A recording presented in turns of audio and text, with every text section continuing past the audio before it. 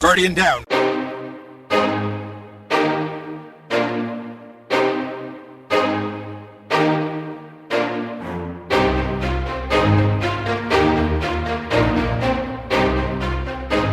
Hey, what's up, everybody? Hey, thanks for spending your time with us today. Welcome to episode 168 of Guardian Downcast, a Destiny podcast. If you love to play the game Destiny 2, then you've come to the right place. We're a couple of gamer dads that have played Destiny since that day one release back in 2014, and we're just as passionate about it today as we were back then. We discuss key topics and news within the gaming community, and we not only seek the stories of Destiny content creators, but we're a podcast that gives a voice to the stories of our Destiny players out there. And in this game, it's all around community, right?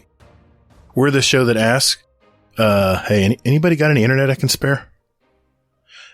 I'm your host, Todd, the Gatr, and my co-host, Hazel, is here as well. Hey, man. How you been this week? Oh, man. Could have been a better week. You know, not going to bring the show down with that stuff. But for the most part, it's been a week. Yep. What about you, man? Yeah, it's been... How's the internet? It's been tough, man. As everyone probably knows, Hurricane Ian ripped through the state, right through the center where I live. And we didn't lose a lot of trees and stuff, but there was a kind of a ripple effect I'd never even counted on. We had power the whole time. We had internet the whole time. Everything was working, like nothing was happening outside. And then as soon as it passed through and headed up to the coast, hopefully everyone in North Carolina, South Carolina was okay. Our whole internet infrastructure just went to crap. So I have not had internet now for almost a week. And I've been running, my phone is like on fire. I've been running on my AT&T hotspot. So that's what we're recording on tonight, by the way, folks. So hopefully no roboting will occur tonight. So, but you know what? They're slammed. They don't have enough techs to take care of stuff, yada, yada, yada, you know, and that's just what it is, man. And we just now got our trash pickup. You should have seen the flies in that. My wife decided to throw away a bunch of fish I caught offshore, right before the hurricane, and not realizing that it would be 2 weeks before we got trash pickup. We just got that today. A bear knocked it over, last night. Spread stuff all over the yard. So that was fun this morning, going to work. And, it's been a crazy week, but, hey, I'm alive. Everybody's healthy. Nobody's got hurt. And, I really feel pretty fortunate. It's going to be a pretty laid back show tonight. It's just going to be Hazel and I at the helm. And, but we still have a lot to take care of tonight in this week's show. Here's what we have lined up tonight. We're going to hear, of course, what we've been doing in Destiny this week. We haven't had much time in our past month to talk a little entertainment. So I talked to Hazel before the show, and I think we might mention a few things and shows and movies I've been watching and maybe some recommendations if they're worth it. And then we're going to touch on that briefly, of course. Hazel's going to go over this week at Bungie for the 7th week of Season of Plunder. We're going to go through and answer your questions from our SpeakPipe and Discord server, and we're going to spend a lot of time on community questions tonight. All right, Hazel, let's roll.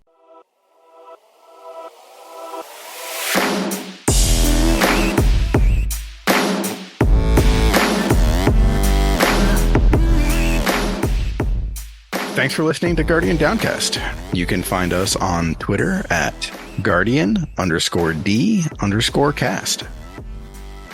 Or you can find us on Instagram at Guardian_Down_cast and see what pics our weekly guests want to share with you. Or just visit our website at guardiandowncast.com for all the contact info and where else to find us. And you can also play any past episodes you like in any order you like, right from your browser. Man, don't or me. Hey, Guardians, while you're at it, follow our Guardian Downcast show playlist on Spotify and iTunes. We post those links in our show description every week. So check us out, and later, Guardian. Toddles!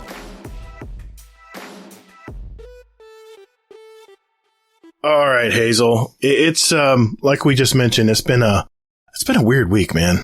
I tell you what, though, I have to give a shout out to our community, especially our mods. They have been fantastic welcoming all the new members to our Discord. I mean, I want to say we gained 35 new members in our Discord over the last week and a half. It's been crazy, man. It's been crazy. And, I'm just so happy to see our Discord's thriving. Everyone's having fun, having a good time. In fact, I wrote a message in tonight saying I was so happy to see all our community members putting games together in our 100.io bot and, getting a lot of raids done and dungeons. And then what I was more proud of was the fact that a lot of our community members who probably didn't know a lot about raiding and dungeons, but they've been gaming with us in our community for a while, are now wanting to teach it to others. So, dude, I've just been so happy to see that. That's great to see. That is so great to see, Yeah. That's always been my dream, when we started this Discord community, that we saw, it kind of run on its own a little bit, that people would. Exactly. I mean, that's what we created this for, right? We wanted to make a community where people could get together and easily put games together and enjoy each other's company and have a ball playing this game we love. So I just want to mention that. A little tear came out of my eye today when I saw all these games set up. I think we had 5 games set up for tonight alone. So it's crazy. Destiny wise, like I mentioned, I don't have much internet service.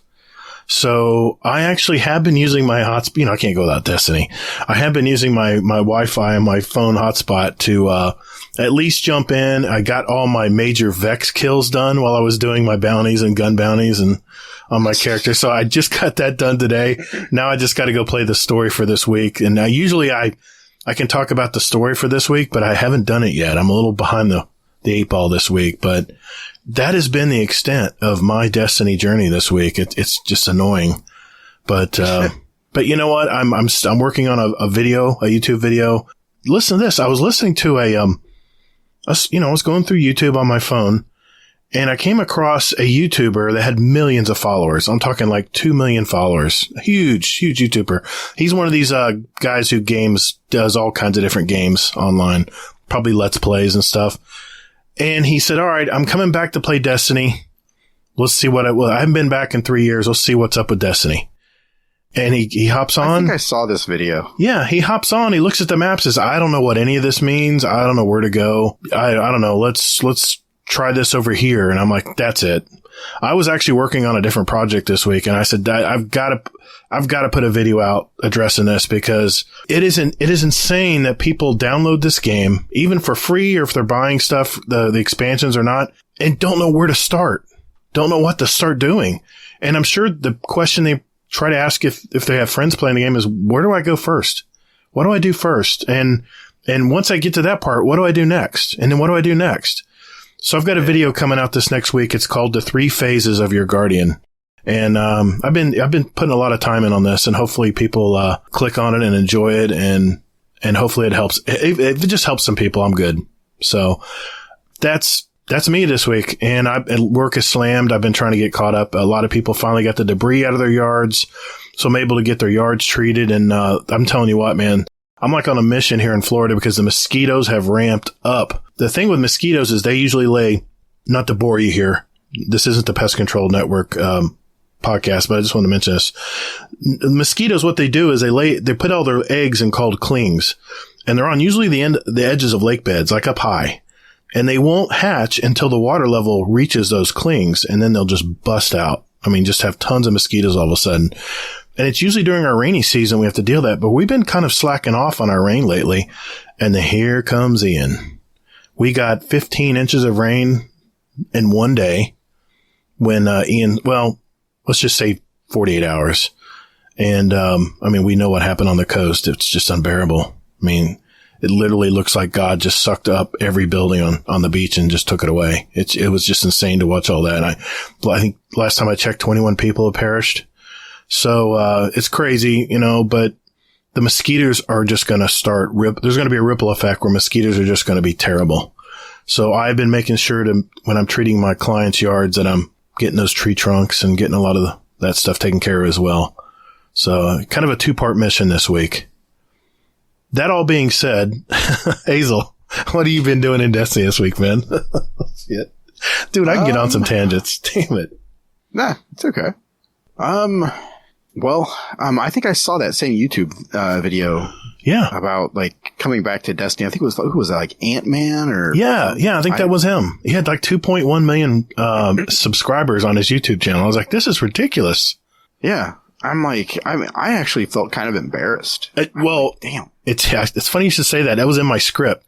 I says I was, I think, how did I state this when I was, putting my thing together? I was like, as a Destiny content creator, I was confounded, but more than that, I was embarrassed as a Destiny content creator that people don't know where to go. So.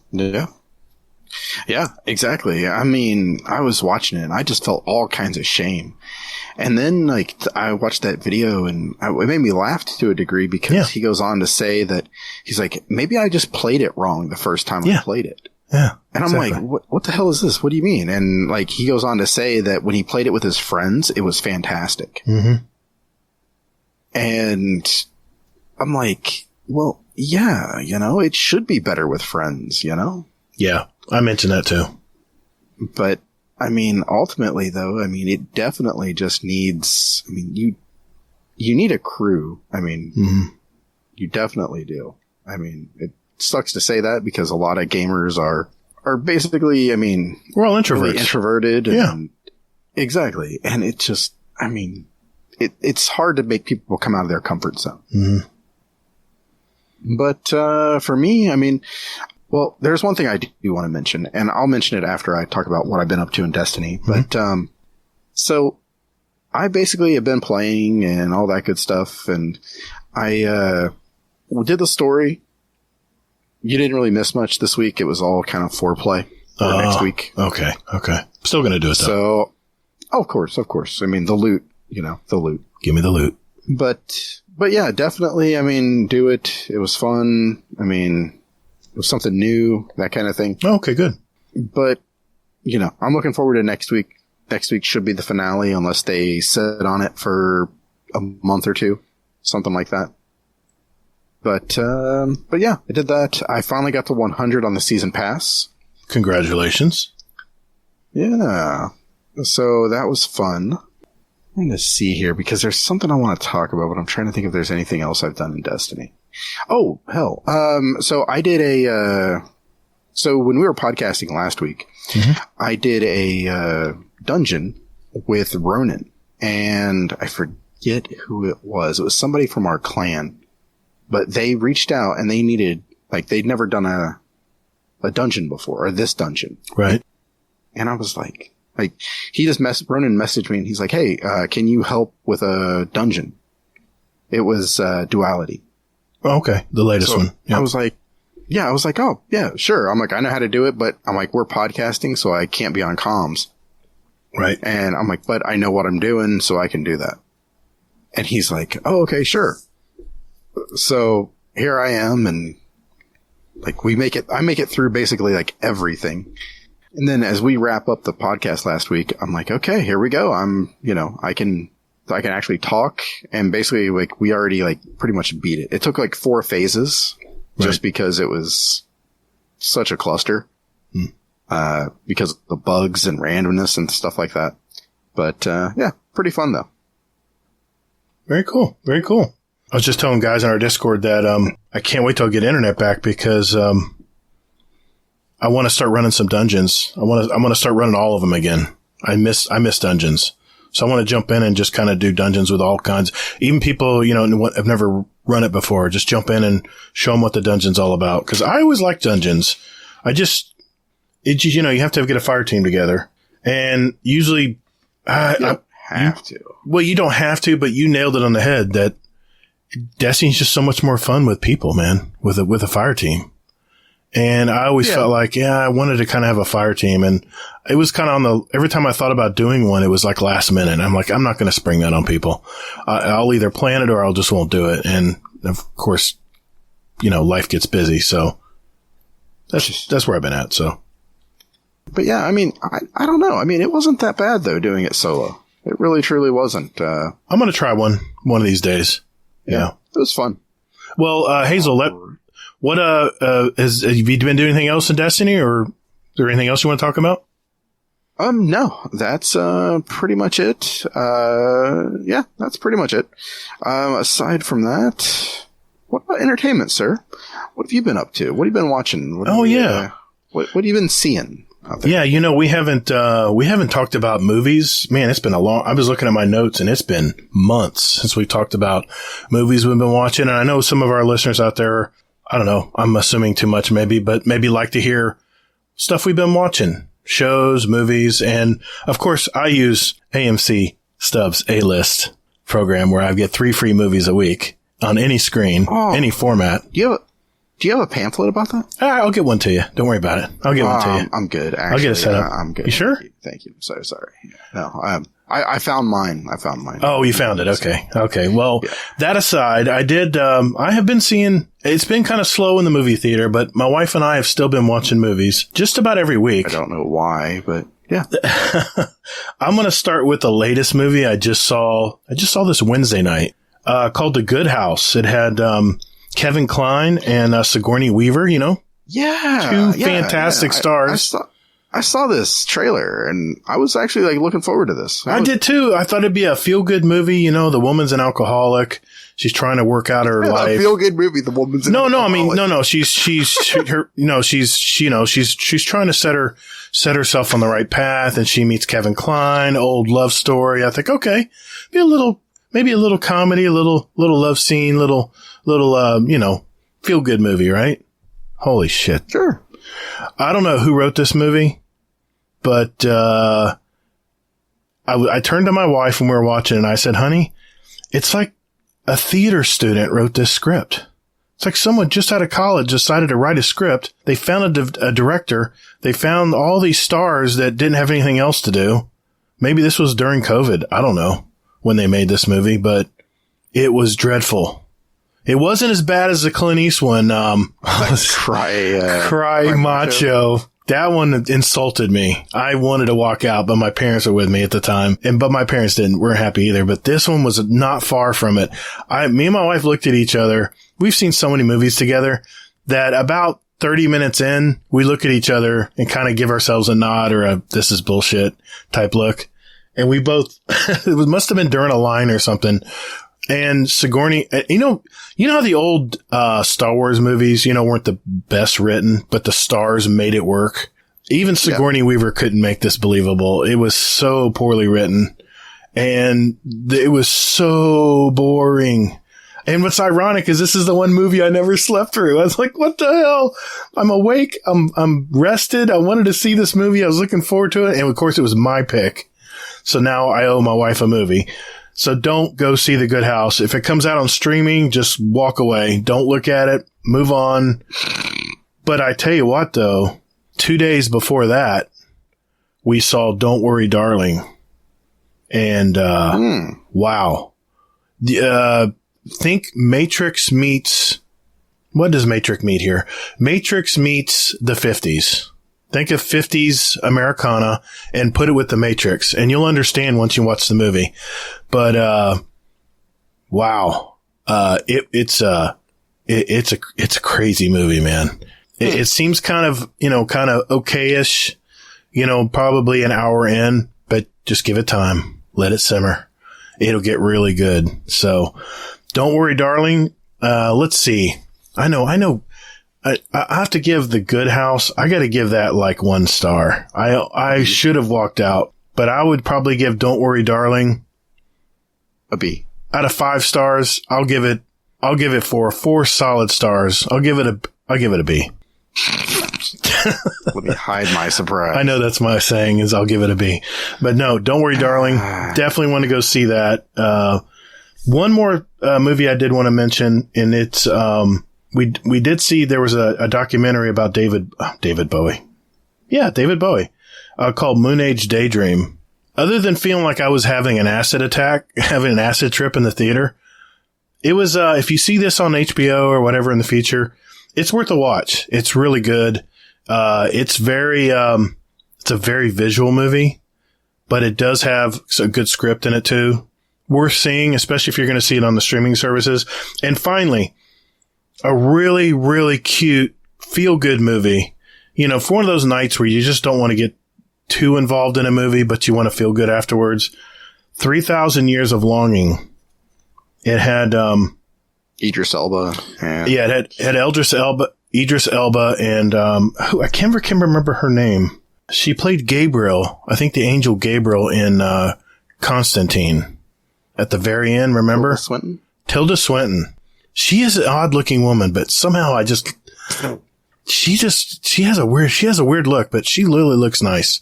I mean, I can't explain it. It's anyway, it is, I guess you could kind of say it's kind of a love story, but the way the scene is crafted, the way the movie is crafted, it is a lot of fun to watch. And there's not many movies that'll get me, on the edge of my seat wanting to see what's next, but that was definitely a good movie. So if you see that one pop out, it's probably out of the theaters now. I saw that about a month ago. 3,000 Years of Longing. If that comes up in Netflix or HBO or whatever, definitely want to put this one on your list because it was really good. I will give this one actually 4.5 stars. I'll give it a B+. No, a B++. There we go. All right. And remember, AMC Stubs, A-list, 3 movies free, no matter what screen, what format. It's about $22 a month. You can't beat it. For the money, you can't beat it. One movie is $16. Come on. What are we doing? All right. My plug's over. Hazel, what have you been watching, man? What's going on in your entertainment universe?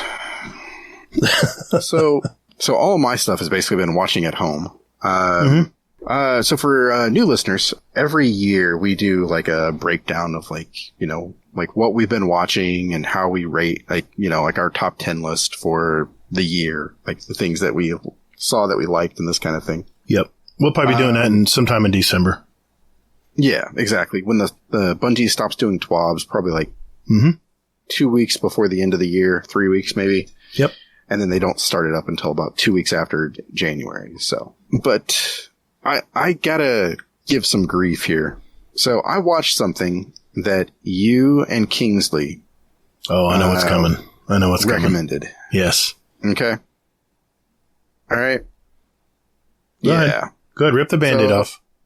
Yeah. I started Better Call Saul. The final season. Or no, you've been watching it from the beginning. Yeah, I started it from the beginning. And, well, actually, I didn't watch season 1 because I despised season 1. Okay. All right.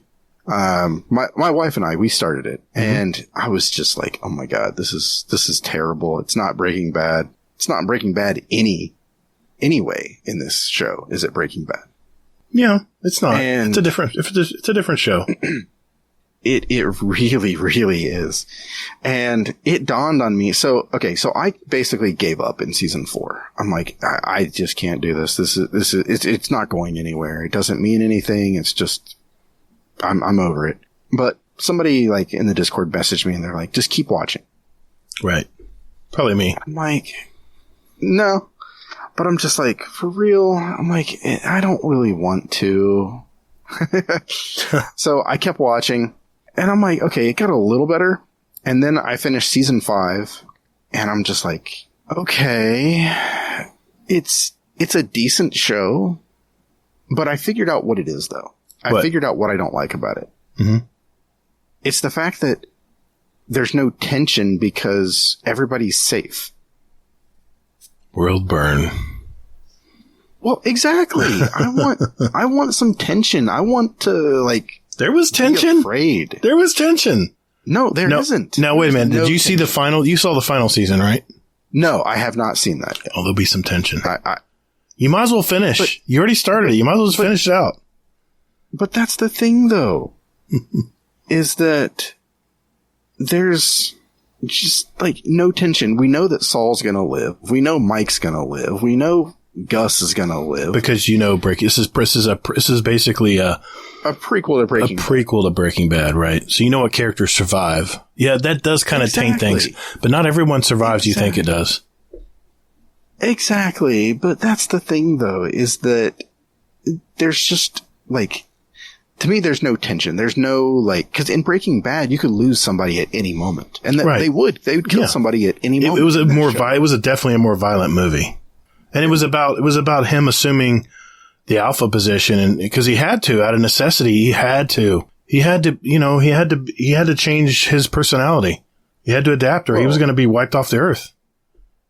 He was dying of cancer, so who cares? You could even say that he had that. I mean, that was always in him as well.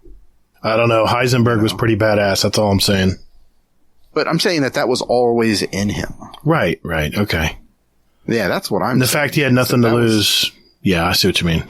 It just brought it out in him. That's all that was.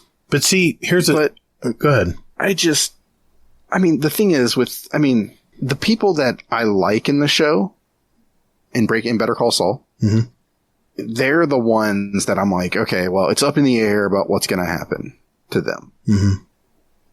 And I'm just like, but they're not the main characters of the show. No, they're definitely supporting characters. So it's like, and then I just don't like one of the characters I just find despicable now. Which one? The rich attorney? No, I like him. Oh, you don't like Jimmy? Yeah, I don't really like Jimmy. Okay. But what's her name? Kim. You don't like Kim? Kim, I think, is fucking despicable. Wow. Well, Kingsley, but that's what. Don't worry. I hold my beer. I got this. But the thing is, though, is that, she's basically been around Jimmy for so long that he's tainted her. Right. But see, and that's the thing for me is I'm like, okay, I get that perspective. Like, she's just like, she pitched an idea at the end of season 5 and I'm just like, oh my God. Like you're just a fucking terrible person now, aren't you? Well, that's the point, man. Okay. I bit my tongue. Kingsley, I got this. Breaking Bad was about a guy who never got a break. Remember his company, he had an invention. His company was stolen out from beneath him, from his best friends. He was just he was just abused by his friends. And they earned riches and stole his idea or his invention. And it was his way of fighting back against the system. That was the whole movie, right? Better Call Saul is kind of parallel to that. Because Jimmy McGill, because of his brother and his brother's law firm, and Kim Wexler, who had a terrible alcoholic mom who slept around all the time, were both abused as younger kids, or always written off, always, no one really expected much from them. And the whole movie was a show. Okay. Now, Jimmy never did anything with his life. He never had any desire. Only thing he was doing was swindling people, even his parents. Jimmy had tendencies, definitely. But he was under his brother's thumb all the time. He was so trying to impress and make his brother proud. He always tried to turn himself around. He always tried to make amends. He always tried to be better. And he tried, and he tried, and he tried. And finally he realized, this is who I am. I'm a swindler. This is my personality. He finally came to terms that this is the kind of person he is. And Kim was always the opposite. She was always the perfect attorney. He was hardworking and everything. Hardworking. Yeah. Nothing ever got past her. She didn't have time for relationships. It was all about getting the work done and being the best she can be, best attorney she could be. And then finally she realized that it was all bullshit. And what made Jimmy and Kim's relationship so codependent and twisted, and the fact that they were both bad people, but it worked because they both understood each other. They both understood where they came from. They both understood, screw the system. But then Kim in the end, she tried to do pro bono work, and she tried. Yeah, I haven't. Well, yeah, and that's she did that in episode 5. But I'll tell you this. I don't want to spoil it. I don't want to spoil it. I'm not going to spoil it. Tell me anything. But just, I don't. Just know that if I don't watch it, I'll come back to you and we can. All right, fine. But just know that things change. Okay, I'll leave it at that. But Better Call Saul is probably before I saw Breaking Bad. Before I saw anything before Breaking Bad, Breaking Bad was hands down the best TV show, period, I've ever watched in my life. It was so well written. It was so well put together. It had so many great elements to it. And so many different subplots, so many different things going on. Always kept your attention. And you're always wondering, oh shit, what's going on? What's going to happen next, man? There's no way he can do this forever. And Better Call Saul was more about, you felt pity for him. And I never felt pity for Jimmy. I did. Everything to me that Jimmy did, to me, he deserved, and everything I mean, that's where me and you differ. Well, and it's probably because we might be different. Our backgrounds, our childhood backgrounds probably are a little different too. But I was always about giving the guy a chance and turning the cheek, and I love the story of people trying to turn their life around. How many chances do you give someone? Oh, I know. He had a lot of them. But his brother was mentally sick, man. His brother had a lot to do with the way Jimmy turned out. His brother was not good. His brother was not all right, man. And believe me, he abused his brother in all kinds of ways mentally. Well, they both did. I mean, they were both pieces of shit to each other. Yeah, I mean, they were bad. And it all stemmed from they had terrible upbringings. They didn't have terrible upbringings. I mean, his dad was just like the guy that would just like give the shirt off his back to somebody. And I mean, that was his dad, at least through, 5 seasons. I mean, unless something comes around in season 6. No, they don't. Nothing in his past. That's all in stone. It's not about his past anymore. It's about him. So, well, we'll leave it at there. We'll leave it at there. Well, I don't want to give too much away because we'll revisit this maybe when season 6 gets released on Netflix or something else. The season's over. It's over now. Oh, I mean when it's released. Replayed. Got you. Because it was only available on FX. Or it was at AMC. Yeah. AMC, right. Yeah. So, okay. What else we got? A standout thing for me is The Bear on FX and Hulu. Oh. What's this about? I'm going to be brutally honest. I'm just going to spoil it right now. The Bear for me is the best show that I've seen all year. Really? If it's not my number one at the end of the year, I'm going to be very surprised. The Bear? Okay. The Bear is the absolute best show. Just a 30,000 foot view. What are we looking at? Yeah. So, it's about these two brothers. One of them dies, commits suicide, and leaves their family's restaurant to the other brother. Oh. And the other brother basically, is like a world renowned chef. Wow. And then he ends up taking over a mom and pop, like, it's like a nationally recognized kind of restaurant. It's like in Chicago that does, basically they're famous for, like steak sandwiches. Oh, okay. So it's about that and about him coming in and trying to do something with this place. Okay. Wow. It's okay. Must be a bunch of subplot or a bunch of story that I'm not knowing about here. I guess it's just journey or. You'll have to watch it. Okay. So I watched it all in one day. It's only like 30-minute episodes, like 45-minute episodes, something like that. How many seasons? Just one. Oh, it's going to be 2, actually. They are going to do a second brand new season. Gotcha. Yeah. And, so it was really good. I watched it in one day, and then I talked my wife into watching, and she's always hesitant when it comes to me and I recommend something. Okay. Well, she's only that way because I like shit that's like super dark and things like this. And I'm like, this isn't dark. I'm like, it is a little dark, but I mean, come on, it's about themes and stuff like that. Right. But, I was like, just give it a shot. Just give it like 1, maybe 2 episodes. If you don't like it, you can stop it after that. Right. And then we ended up like watching like 2 episodes and she's just like, okay, well, I want to watch a third. And it's like, I got you. Here. First it's free. Come on. Yeah, exactly. So, and then she liked it a lot. Nice. She was just like blown away. And I'm like, I know, right? So. All right. It's on my list. I got Hulu. Yep. So yeah, there's The Bear. She-Hulk has been. I'm liking it. Entertaining. It's funny. It's wacky. It's a wacky Marvel series. Yeah. I like it though because she talks to the camera. It's all over the place. It is that. It's kind of a mess. It's fun though. Feige's doing good work. It's a hot mess. It's it's like, it's crazy and all over the place but it's fun at the same time.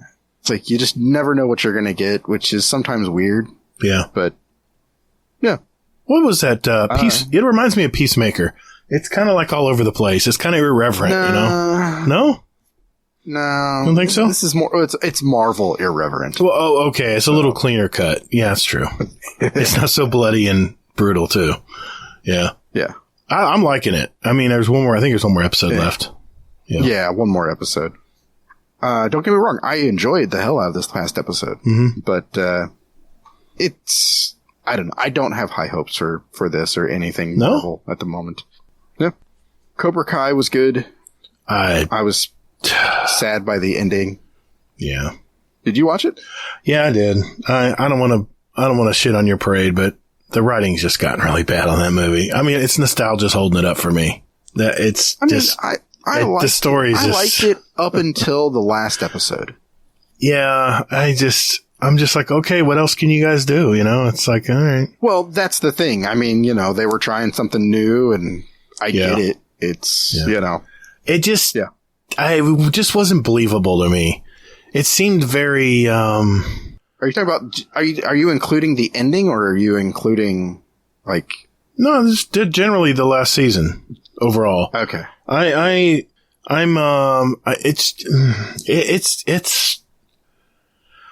trying to think of the right word here. It's kind of B movie material for me. It's always been that, man. I know. And maybe I'm just growing tired of it. Maybe I'm just growing tired of that predication, but maybe that's it. I'm just like, okay, another season of Cobra Kai. Let's go. I'm ready. I'm like, first episode. Oh, okay. All right. We've done this before. Okay. All right. We'll do it again. That's fine. That's fine. I'm nothing's wrong. Everything's fine. And then you get halfway through the season. You're like, all right, are we doing anything different here? Or are we just kind of going down the same road? And then, yeah, it was just forgettable for me, man. I'm sorry. But, I mean, it's the nostalgia. I understand.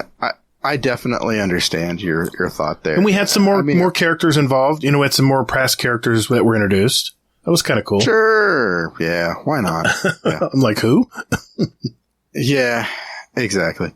So yeah, I mean, it was Cobra Kai. You know, it was entertaining. It was fun. Yeah. You know, just check your brain at the door. Just kind of drool on yourself. You'll be fine. It's great. That's kind of what I did. Yeah. Yeah, exactly. 3 other things here. Yep. The Black Phone was fantastic. Oh, it was great, wasn't it? I saw it at the movie. I loved everything about this movie. I'm so glad that the director left. Mm-hmm. He was going to do actually, the latest, what was it? Doctor Strange movie. Okay. He was going to direct that. Too. Yeah. But, he actually had creative differences and left because of it. So I'm glad he did. I think Ethan Hawke should get an Oscar for that role. He was fantastic. I don't know at all about that, but really? But yeah, you disagree? I thought he was outstanding.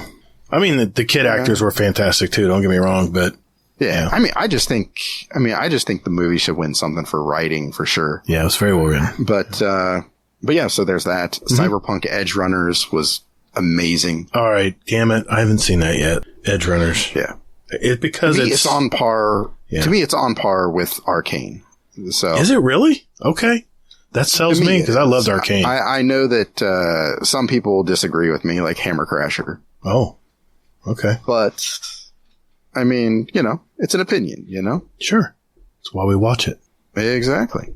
And then last but not least is actually a documentary. I don't really watch much documentaries or watch many of them, but this one actually stood out to me because I knew and paid attention to this person when they were, out doing stuff.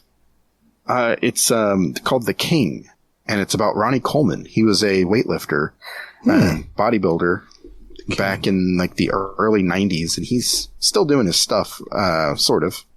But, is that on Netflix? Yes. Okay. For until like the end of the month, I think. Okay. The King. But, The King, yeah. If you paid it, he's an 8-time Mr. Olympia. I know that's kind of going the way of the dodo. like not many people know what Mr. Olympia is anymore Right. and that kind of thing. Yeah. But yeah, it's about him and kind of just about like the stuff that he's been going through. Like he said that he was lifting weights, forget when, and he heard a pop, and it was his back, a disc popped in his back.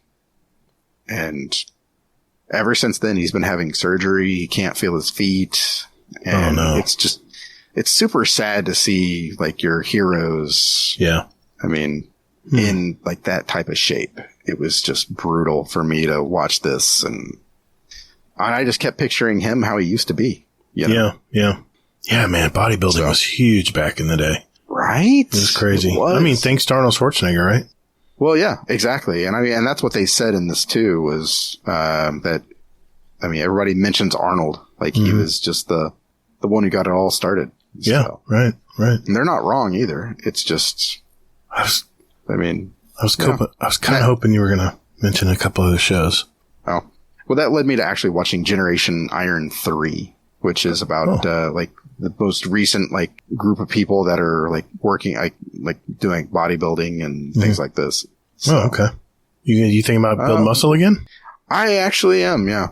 I've been going to the gym since November with my son, and I'm feeling so much stronger than I was, 8 months ago. So I'm loving the gym, man. I couldn't go tonight. I was pissed off, but you feel so good when you come out of the gym. Even if you've been working really hard and you're exhausted, it's a good kind of feeling. Yep, it is. Yeah. So yeah, it's given me the bug. So nice. Yeah. Yeah. So, what were you hoping I was going to mention? Yeah, there's two fantasy shows right now that I'm just loving. And you're talking about like Rings of Power on Amazon, and also the House of Dragons on HBO Max. I look forward to those every week, man. Yeah, well, Rings of Power, I watched the first episode, and guess what? I'm guessing I fell asleep because it was fucking dumb. It was a setup. It was a setup one. It was a slow. I was over it, and I'm just like, yeah, no, not for me. You don't want to know how Mordor became Mordor? No. Okay. No, all right. Not at all. Okay. Yeah. If you're a Lord of the Rings nerd like me, and a lot of people are not liking this because they say it's not, according to Tolkien. But, yeah. I honestly, I'm going to get hate for this, but I honestly don't care. Because it's a prequel. It's a prequel to The Hobbit. I mean, this is before it all.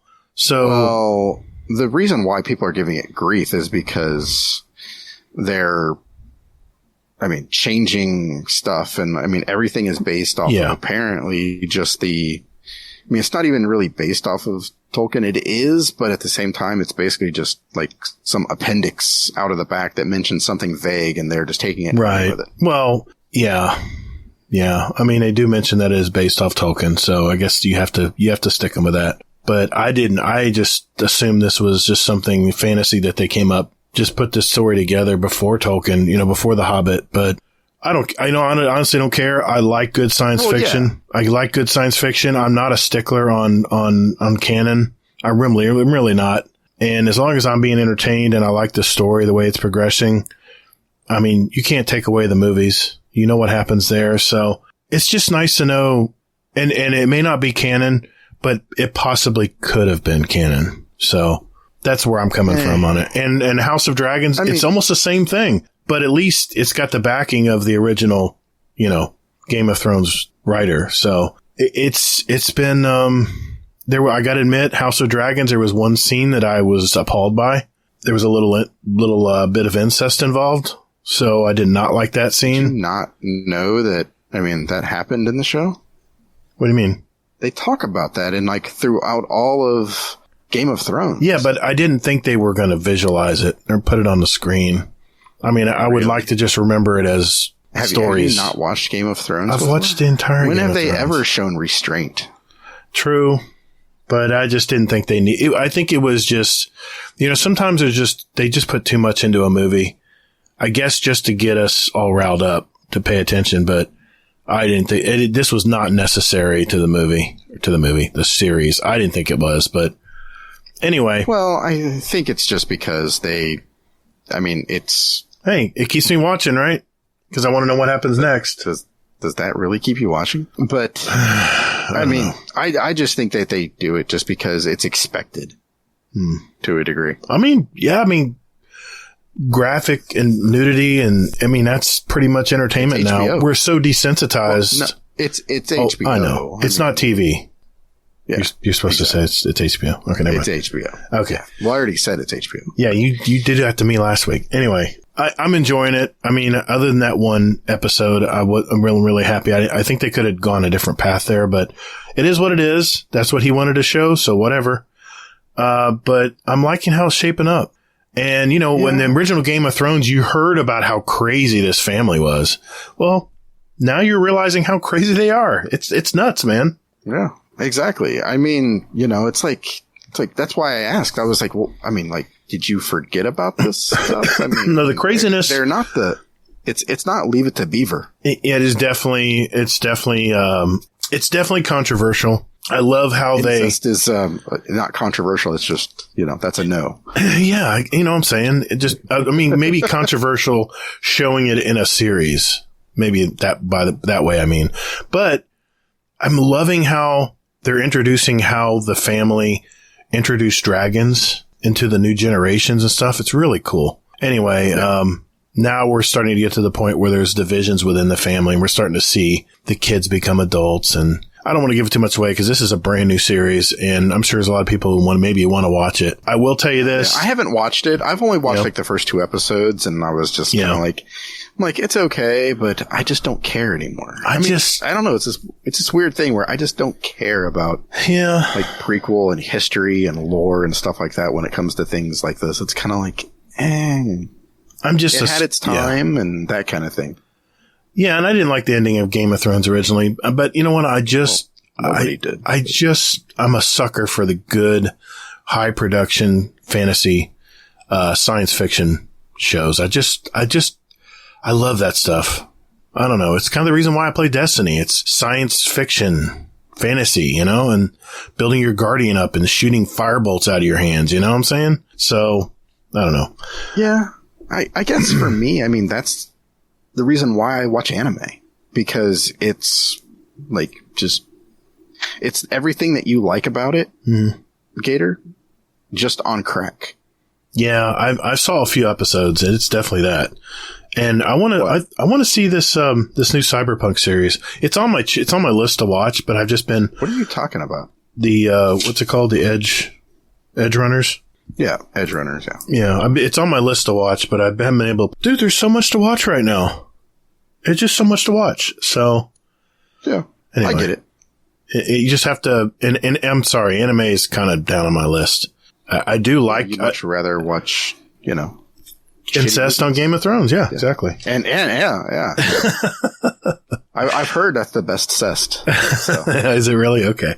Well, hey, I know it's been a while since we've talked TV shows and entertainment, and I want to make sure we mention it tonight since it's somewhat of a slower episode. But you know what? Let's move on and let's talk this week at Bungie.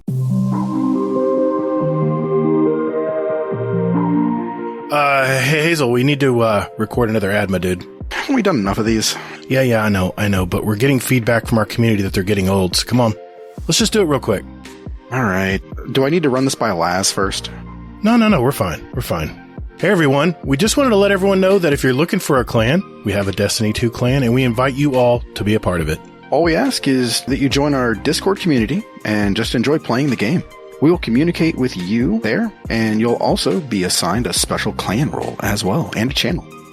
So look for the invite link in our Discord, in our GDC clan channel, or you can click the link right down there below in our show description. Yep, our Discord community is pretty awesome, and we have hundreds of active, like-minded Destiny 2 gamers in there. Also, we have a special 100.io bot that can put together groups for whatever you want to get done. So hit that link, join our community at discord.gg/GuardianDowncast. And if you want to be in our clan, just let one of our mods know, and we'll open the door for you. All right, enough of this shameless plug. That's it. Cut. Okay, fine. Jeez. Later, Guardian. Laz? No, okay, I'm out.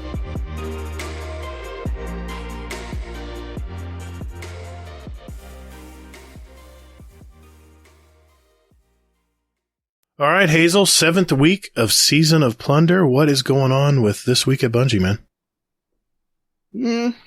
A lot. To put it mildly. A lot. So the past couple TWABs have been rather meh. Yeah. As the kids say, mid. Very light. Not even mid, actually. It's like sub-mid. Yeah, so to say light is very generous. Generous. Yeah, basically it's been, hey, don't forget you can give us more money, and that kind of thing. So this week they change all that. Partly because they screwed up and banned about 60 people that didn't need to be banned. So they go in to say, hey, we apologize for this. It was a human error. It's been corrected for the future. We're not robots. XOXO Bungie. So, yeah, that kind of sucks. I threw some shade at Sweatsuckle in the Discord just because he called out the creator of, what is it, D2 Gunsmith? Right. I saw that video too. Yeah. Yeah, he, named him and everything. And that's against Bungie's terms and conditions. Mm-hmm. So I'm hoping that they fucking roast his ass for that. Okay. So I'm sorry. I just do. All right. What? No, carry on. No. I don't know. There's been so much freaking drama on Twitter this week, man. I had to turn it off. I can't take it anymore. I got to take a break from Twitter because it was just so much back and forth this week, man. And it started last week with the Salta Greppo thing. And I don't know, man. Can we just get along? Really? Can we just, agree that we're different players? As far as the poor guy who runs the gunsmith that got banned accidentally, and he was calling him out because he got unbanned so quickly, thinking he was, they were being, his point was that they were being showing favoritism. Exactly. I couldn't come up with the words. And yeah. I think he was just one of the 61 people who accidentally got banned. Yeah, exactly. And everybody's hopeful that he comes back and I love that keeps it site up and stuff like that. Yeah. But, just think about it. As much shit as that guy got because of asshats like Sweatsickle going out there and absolutely throwing his information out. Let's keep in mind, Sweatsickle's a young guy. I don't give a shit. I know, but I'm not defending him. I want people to be responsible for yes, especially when you're a big content creator like that. I mean, a lot of people listen to what he has to say. Exactly. And I had to laugh too because, what's his name? Lucky 10P. Yeah. The winning human that he is as well. We're just making all kinds of friends tonight. Shit. I like Lucky. I used to game with him, man. I game with him a few times. But go ahead. Yeah. Well, just don't have a kid with him. Oh, well, I won't get to that. But, basically, he called out, he said that it was, the guy who did, D2, Armor Picker. Oh. So he, said the wrong damn site and stuff like this. It's just, it's like it's been reactionary videos this week. Very reactionary. Yeah. Exactly. It's like everybody's bored and Destiny has nothing better to do, so they're just I kind of get that feeling too. Yeah. Yeah. It's put it back in your pants. So, yeah. So that's just my opinion. I could be wrong. But moving on. Weapons. I am your father. Systems design team. Probably. Okay. So, for this, basically it's the weapons team. So it's Taylor, Alex, Brandon and Vivian, Mercules, senior designer George, and senior design lead Chris Proctor. So I love that Mercules does not have a name. He's just Mercules. He's Mercules. Come on. That's true. I know he's your buddy too. Well, yeah. Yeah. I like all the big people. So, yeah. Okay. So they start off with basically a bunch of Q&A kind of stuff. I don't know who the hell asked these questions, but, they're good questions. Yeah, they are. Yeah. And pretty much all of them are, I mean, this is like a long ass thing here too. So, the first question that they go on here and ask is, when the full auto setting arrives, are they going to basically keep the mod in place? So for anybody who doesn't know, under weapons, for certain weapons, you can actually put a mod in there and use full auto. Mm-hmm. And yes, they are still going to leave that in there, as for any weapon that already has that in there. Which I find curious, because they're going to make it an option next season that you can just turn it on and have that happen. For accessibility. Yeah, exactly. I don't know why you'd want to have a full auto mod on when you could have something else on there. Yeah. You know? Mm-hmm. I mean, I just don't get it, but I'm guessing that it could be because you don't want full auto on everything. Hmm. Maybe you turn the switch off then. That might be it. Well, yeah, but that's going to be a pain in the ass, though. Okay. Wait a minute. You mean like, if you don't switch your counter from Crucible to PvE, it doesn't count your kills? Yeah, exactly. That is like stupid. Because talk about things you forget to do. I mean, I guarantee him all my kills are under, are under what they actually say, because I forget to switch. How could you forget to switch? Come on, man. Where are your priorities? Mm-hmm. Yeah, exactly my point. So yeah. Then they go on to say, like, for certain things, like Traveler's Chosen, they are giving it surplus, which is basically when you have all three of your abilities, basically ready to use. It gives you more perks for your weapon. It gives you more, like, reload, things like that. Vigilance Wing, is now gonna, with the Catalyst, have Ensemble. So when you're running with a crew, which you probably will be if you're using this weapon, you're gonna receive some bonus benefits. Good. And then, probably the gun that everyone is excited to hear about here, No Time to Explain, is getting Feeding Frenzy instead of full auto. My God. How much more do you need to give this fucking gun? It's going to be a powerhouse. Faster reload speeds. Oh my God. It already is a powerhouse. Because that's the one thing it lacks is reload speeds. And now that's going to be covered. Wow. Yeah, exactly. And then, I appreciate, Hippie, putting this whole thing together here, but I just love that they just decided to rip the Band-Aid off right in the middle of this part. Divinity is getting a nerf from 30% down to 15. They aren't adjusting the size of the bubble. And, before anybody says, they're only doing this because Salty Greppo said it. Or Hazel said it. Okay, one, Bungie does not listen to me. I'm pretty much guaranteeing that. And two, they also said that this has already been in place for months. Oh, okay. Did not know that. So they've been looking at this for a while, and, you know, they want to bring it back in line with everything else. I see nothing wrong with this. Well, and again, I was the guy that didn't see anything wrong with it before. We'll see where the numbers lie after the patch. Well, I mean, it may kill the weapon. It's going to make things. It's not going to kill it. You don't think so? No, because people still want those crits.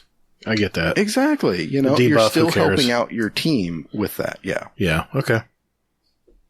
Yep. And I mean, think about those crits. I mean, that's huge. That's a big difference in damage numbers. Yep. Yep. Especially when War Priest keeps moving back and forth like a damn typewriter. Pretty much. Okay. Kinetics are going to be, basically, they're going to get a change post Lightfall. So we don't know what that is, but they're just throwing that out there. Adept weapons in master raids are underwhelming to say the least, so they're making a change there. They're going to talk about that closer to Lightfall. Exotic champion weapons. They aren't going to do anything else pretty much with anti-champion weapons, but they are looking at building anti-champion functionality into some more exotic weapons for Season 19. Okay. So, sorry, they're not implementing Kujay's ideas. Right. So, here. I like the effort, though. Sure, why not? And then I have a thought when we're done with this. I have a thought. So, Okay. Kingsfall weapons have unorthodox perk pools. What's the deal? Yes, they do have unorthodox perk pools. Next question. Basically, they go on to say that they are looking at even incorporating perks from older raids as well. So think about it like recombination or reconstruction on some other raid weapons from like Kingsfall. Mm-hmm. Notice older was italicized. Yep. Definitely wanted to stress older. Yep, exactly. Does Outbreak Perfected truly have persistence? Right. This is an old D1 perk. And they said, no, it doesn't. They said this was a D1 bug, that we elected to maintain in D2 in the D2 reprisal of the weapon. Yeah, it was a happy accident, in other words. Sure. Because it feels different. It doesn't feel like a pulse rifle. Something different about it. And now that we know it was based on an auto rifle, makes all the world of sense. Yeah, exactly.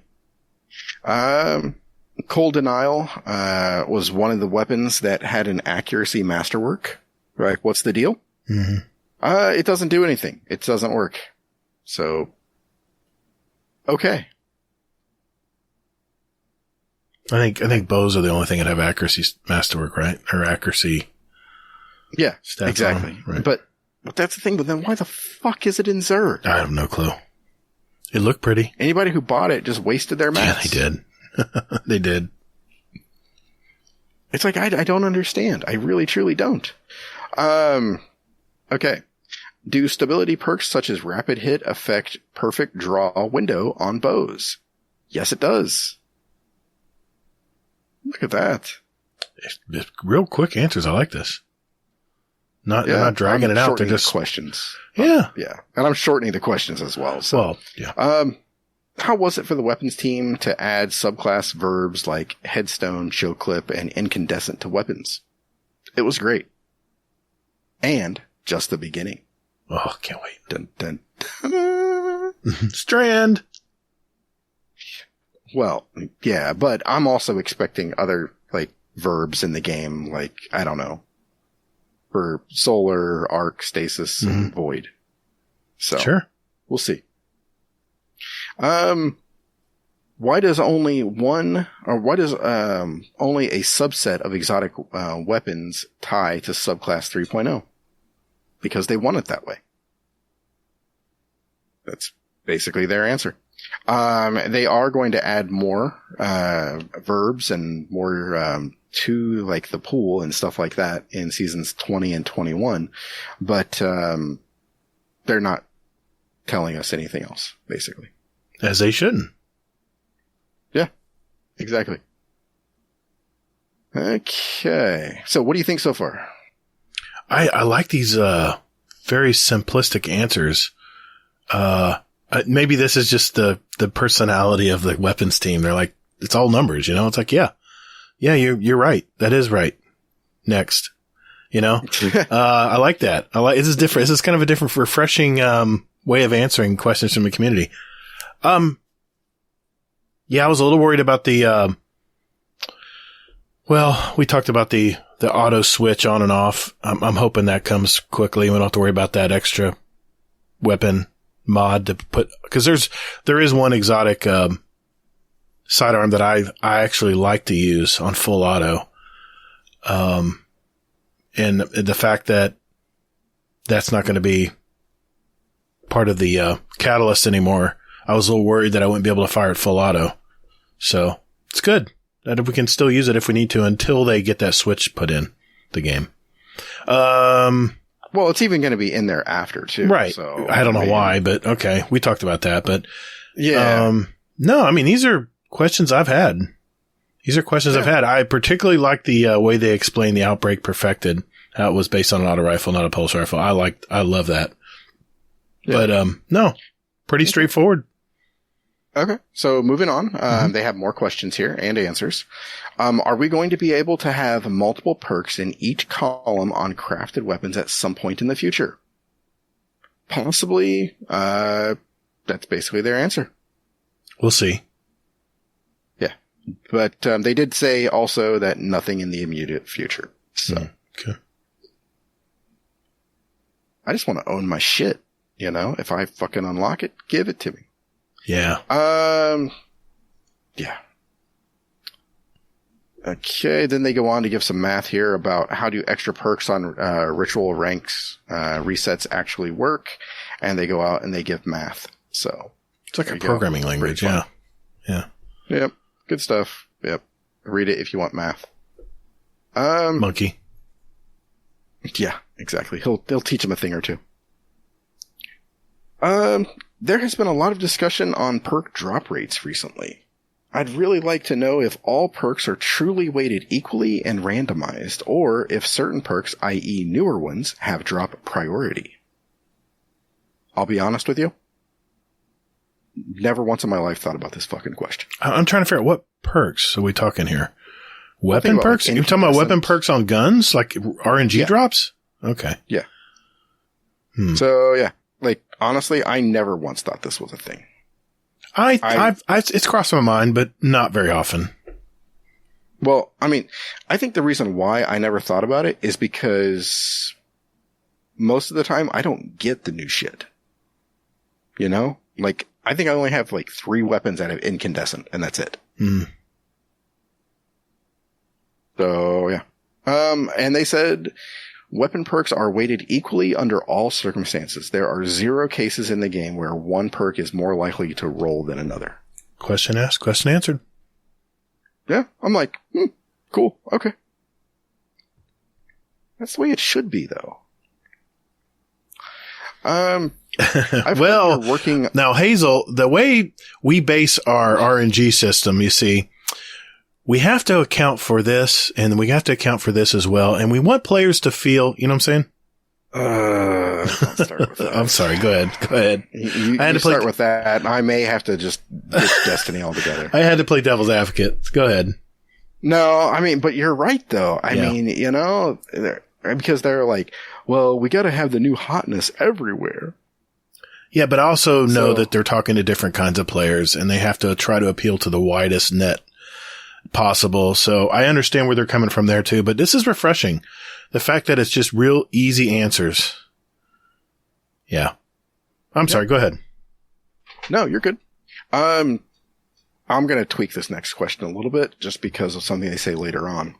So I've heard you're reworking more than 20 exotic weapons in season 19. What? Why so many? You didn't read the TWAB, did you? I did. I'm playing dumb. Yeah. Yeah. I am. Okay. I'll leave that to the community. Oh God. Okay. So,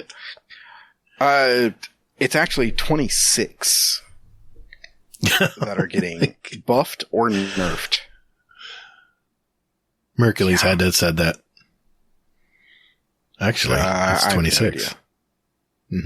Yeah. I could see that. Yeah. So they're, but that's all they said. You know, they said that, a small but impactful change to Legend of Acreus. I don't know what the hell that would be. Probably range. Lord of Wolves. They're still reworking that. And 24 other exotics. That's insane. For season 19. That's just old exotics. Oh no. I'm so excited.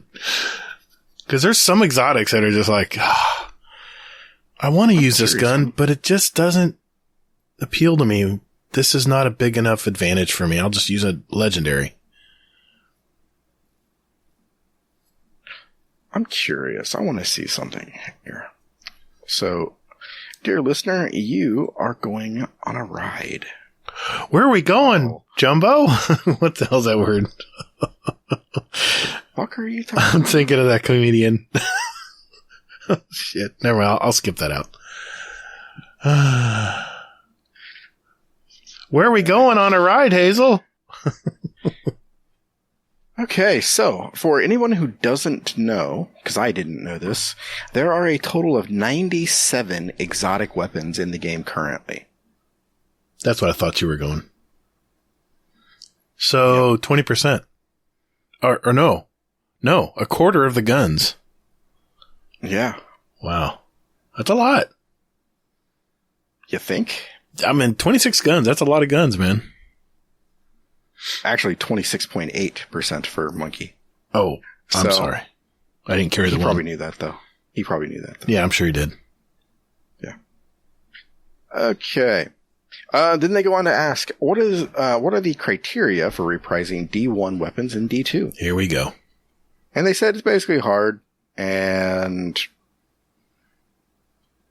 Destiny in the classic Gatr GIF, they'll try, but don't expect Don't expect much. All right, yeah. touche. If you don't get that joke, then you're not in the Discord. So get in there, and then you can laugh at it too. Discord.gg/GuardianDowncast. Shameless plug. Shameless plug. So they do mention here, I do want to call this out. For raids, we'll always reprise an exotic weapon associated with a raid when we bring that raid into D2. We'll select the 6 most popular legendary weapons and reprise those as well. One other thing, and this hasn't come up yet, but in the event that a raid didn't have it exotic, or that exotic has already come back, i.e. Outbreak Perfected. Wrath of the Machine! Or there are fewer than 5 legendaries, we get to make new weapons and match the raid. Wrath of the Machine! Oh! Bring it. Yeah. I'm so excited. Oh, it's going to be fun. I love that raid. Yeah. Yeah. For anybody who doesn't know and didn't do Wrath of the Machine, Zamboni.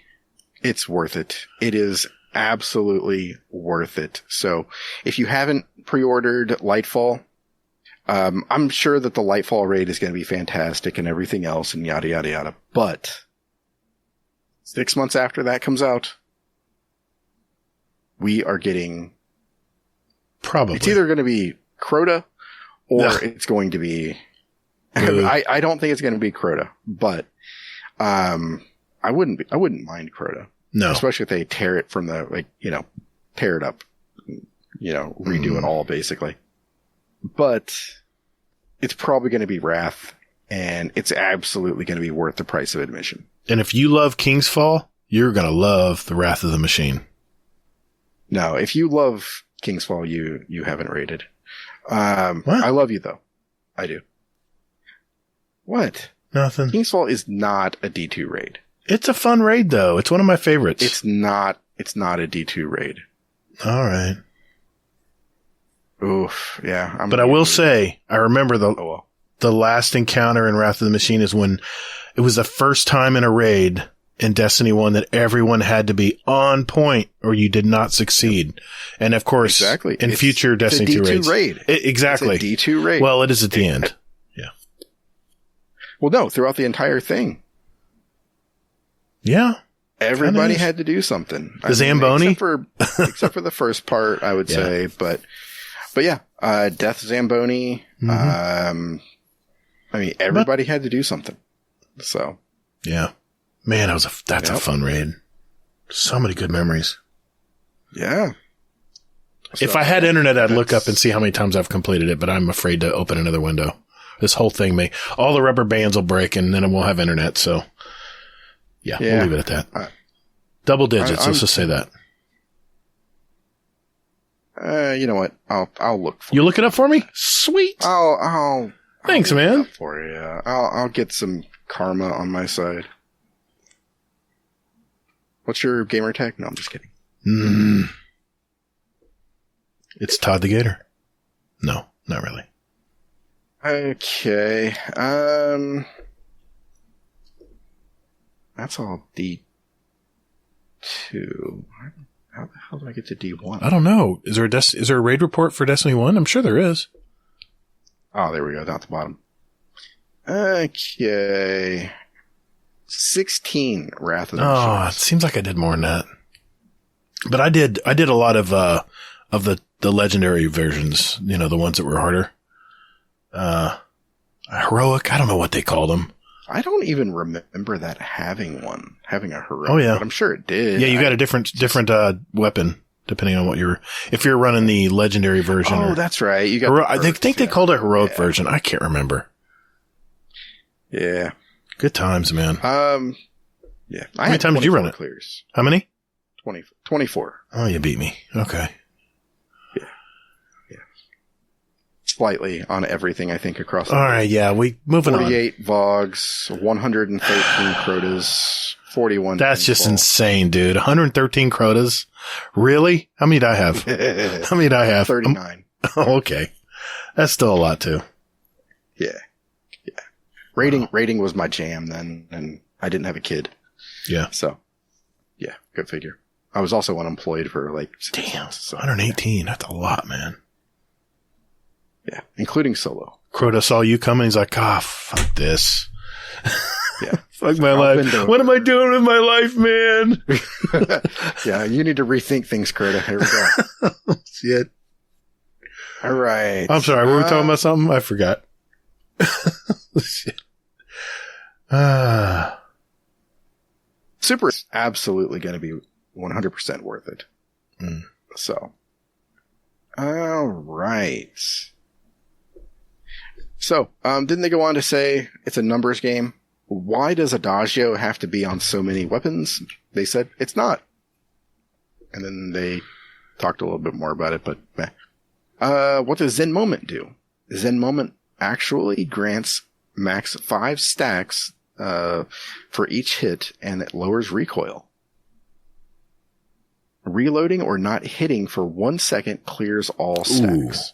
Ooh, that's a short amount of time. Yeah, exactly. Keep firing. Yeah. Here we go. And they did say though, and for what it does, maximum stacks, so 5 stacks, massively reduces recoil. The problem with guns that had that is they were usually auto rifles, and they didn't have big enough clips. So you had to get something to tie it in to give you a bigger clip to make sure you could proc that all the time. Because you'd usually run out of ammo, and once you reloaded, that was it. Well, yeah, that's the problem I had with it in Destiny 1. Anyway.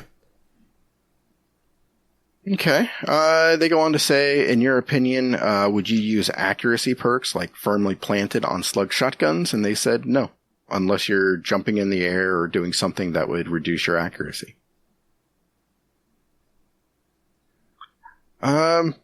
What are the numbers on enhanced perks? Are there any guidelines or rules that they follow? Specifically, how much do enhanced versions of firmly planted at opening shot give versus base perks? Good question. And, well, this has already been, like, mathed and stuff. But it's basically, like, 5 to 10% stronger than a base perk. So, and they said they do exceed that in some cases, but for the most part, it's always going to be a +5. Not as much as I thought. Yeah, obviously, because we all remember that. Yeah, exactly. Moving on, because we don't want to talk about that, and we don't want to make you cry or make me cry, because I don't want to run my head into a wall anymore. So, I'm generally curious why the One Quiet Moment origin trait was created. What's the benefit of having increased reload outside of combat? I enjoyed this question because this made 0 sense to me. They said that the intended loop is to pause after an engagement to see whether you have another enemy to deal with before reloading your weapons. Okay. And then they go on to say, this is something that doesn't match everyone's playstyle, so we'll be updating this for Season 19. Anybody who's played Call of Duty is always reloading. Always.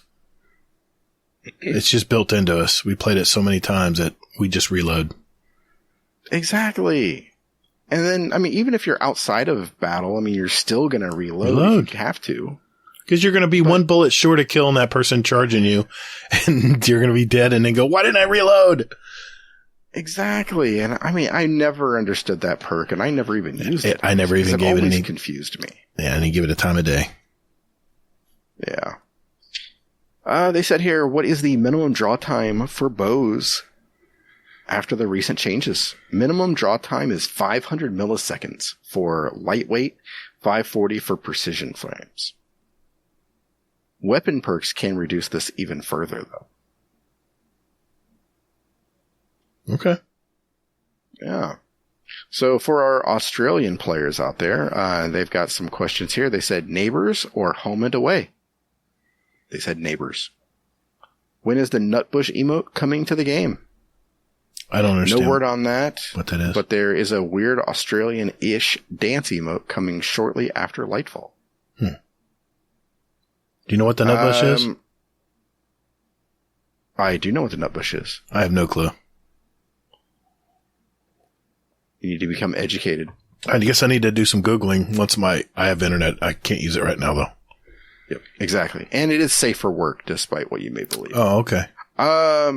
When do we get truly Ocker perks names like Drongo, Two Up, Rack Off, and Struth? Those would be awesome names, by the way. I just want to throw that out there. Weapon names only so far, but there is a fair amount of those. And they're not accidental, such as Teraba, Funnelweb, Redback, and Lunalata. I could use that bow more. That's pretty cool. That's a pretty cool thing to hear that. Yeah. You know? And then they go on to say, favorite weapon perk combinations does each person have? They go ahead and throw those out there. What replica weapon would each weapon designer want? Fun fact, 2 people, including Mercules, said the redacted Season 19 exotic weapon. George said the Festival of the Lost weapon from this season. What? And Alex... Yeah. And right. Alex said the Lightfall Raid exotic weapon. There's some teases right there for you. Boy, oh boy, is that ever. So, I'll be honest with you. I'm betting money right now, or a name change for a month or something like that. It's probably cheaper than a... Everybody listen up. Everybody listen up. Yep. I'm saying that the Season 19... Oh, it's the kinetic exotic weapon, according to him, and Season 19 solar exotic weapon. So there's 2 exotics coming in Season 19. Curious. What was your bet? But Mercules says the Season 19 kinetic exotic weapon is, I'm guessing it's going to be a bow for the kinetic slot. Okay. We only have one. That's the one from the Dreaming City. Wishender, yeah. It's definitely light on bows in the kinetic spot. That would make sense. And if it isn't, name change for a month?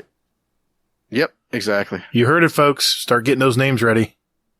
Come on, Mercules. I'm counting on you, man. So, yep. You going to take that bet? What? Why? Anything else? Oh, I have to change my name for a month if I lose? If it's not a bow? Yep.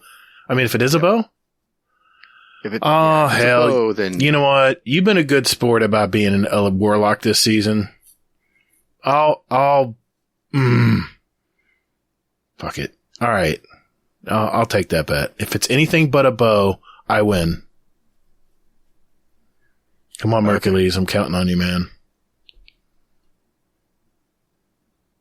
All right. Yeah, all right. Then they go on here, and what perks make god rolls on weapons? And what would they recommend for certain things? And that's a random ass question. Yeah, that's... Makes no sense to me. Then another question here. Rangefinder is really good. They said, we know, and we're going to nerf it. What? It includes, it helps with Zoom too, I believe. Yeah, they're not going to nerf that though, right? Okay. They're removing the added aim assist fall off. Oh, no. Yeah. Then why have rangefinder? I read it, but I'm in denial. All right. Yep. This person asks, is someone ever going to fix Fate of All Fools perk on the Jade Rabbit? Amen. It's totally inconsistent and sometimes doesn't even work. They said, yes, we know. We've heard you bitching. And then they go on to say that we are fixing it. It's on the list. Take a drink. Yeah, exactly. Apparently it's going to, here we go, make your next body shot deal the same damage as a crit, and you'll be able to store up these up to 3 increased body shots at a time. See, I'm usually going for the head every time anyway, but so I don't know about you, but the thought of storing up 3 shots that are increased damage, that sounds sexy. Okay. I mean, I'd hit it. All right. How do you feel about season 17 and 18 balance changes? They feel pretty good. Okay. So, before I get into the last part here, what do you think about the other stuff there? I like what I hear. I mean, rangefinder getting nerfed. Hopefully it's not too big a nerf, but I'm excited about what's the Festival 18?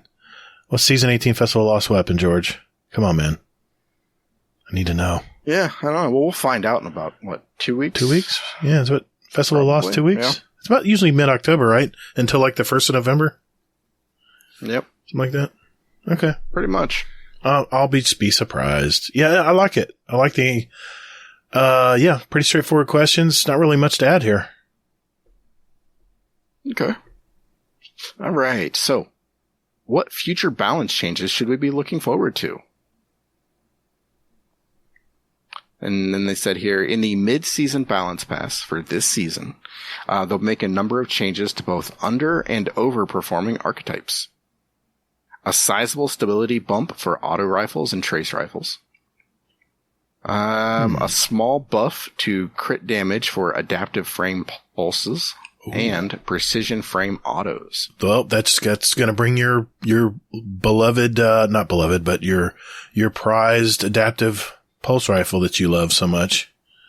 Make it even stronger. Aww. I know. I'm so excited. I look at them right now, but I'm afraid something might break. My horror's least, yes. No, I wasn't talking about that one. Horror's least is a fast firing pulse. That's a rapid fire pulse. I'm talking about your one that you have like level 500 on. Where you've crafted it. Oh yeah. The syncopation. Yeah, you love that damn thing. Hey, don't get me wrong. I like adaptive pulse rifles. They just aren't putting in the damage right now. You're just getting outshot by hand cannons with it.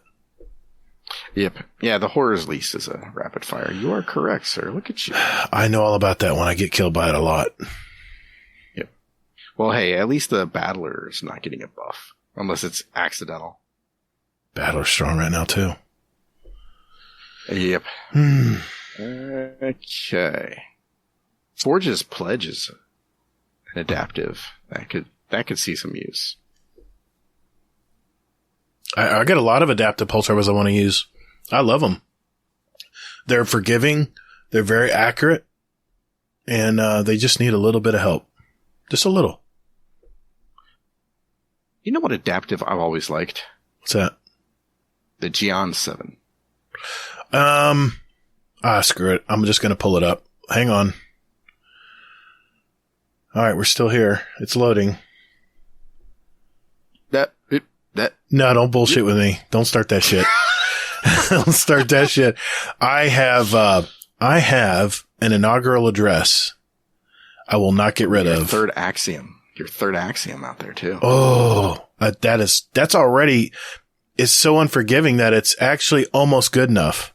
Third Axiom is one of my favorite. It's because it reminds me of the Destiny 1 adaptive pulse rifles, the Hopscotch Pilgrim. But the inaugural address I have is an adaptive as well. It's a 390. And I've been wanting to use this in, unpowered Crucible. That's what I'm looking forward to.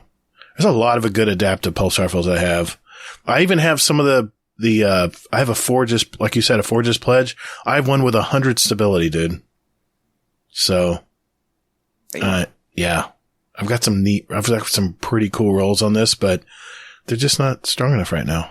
So good times, man. I'm looking forward to that. Oh, what about the Ogma PR6? Oh, that's lightweight. That's a 450. Never mind. My bad. Oh, by the way, at Zur right now, there's a really good Stars and Shadow with rotating perks. Yeah. So Did you see this shit? Yeah. Did you? Make sure you pick it up. I already have a Kill Clip Outlaw one, so I don't need it. But for those of you out there that want some of the high impact frame, you could get one that has Kill Clip and Feeding Frenzy. That's even better. It is. I'd get that off of any kill. I would like one with snapshot sights too, because it really is slow to aiming down the sights. I'm looking here to make sure I don't have one. I have a firmly planted. Oh, I do have a snapshot sights. Feeding Frenzy, snapshot sights, accurized rounds. Never mind. I'm good. That's what happens when you're a hoarder, man. Laughing all the way to the vault. Where is Zur's ass at anyway? He's in the tower this week. He's in the tower. Okay. By the time our podcast comes out, everyone will have a day. They'll have a day to go. Yep. Exactly. All right. So I got to close this window. Lab. Sorry. Go ahead. You're good. You're good. No, I'm telling you, man. Don't start that shit. Good times. Slight reduce effective range of pulse rifles at low to mid stat values. Nerfs to Jade Rabbit and No Time to Explain, ease of use. Continuation of Lord of Wolves rework. And these are all things coming this mid-season. So probably in like a week or two. Wow. That's a lot of stuff. Small rocket launcher blast radius buff. Needs it. Monkey. Sorry, Monkey. Fun's over, buddy. Yep. Glaive damage resistance nerf. He'll still kill a lot of people with it. Yeah, he will, because he's fucking Monkey. Yep. But I saw an interesting tweet from Crit Buff, and he said that he's like, I would rather quit and face the penalty than to face a glaive user. I like that guy. I heard him on The Last Word. He was a level-headed guy. I like him. And he likes pulse rifles. He's a good guy. And he's a warlock, unfortunately. Yeah, see? Yeah, glaives are a pain in the ass. I see one coming. I just run. There's no defense. Pretty much. Sidearm, aim assist fall off. Okay. A buff. Okay. Yes, that's a buff. Okay. Sniper flinch rework. Oh boy. God, man. It's never good news.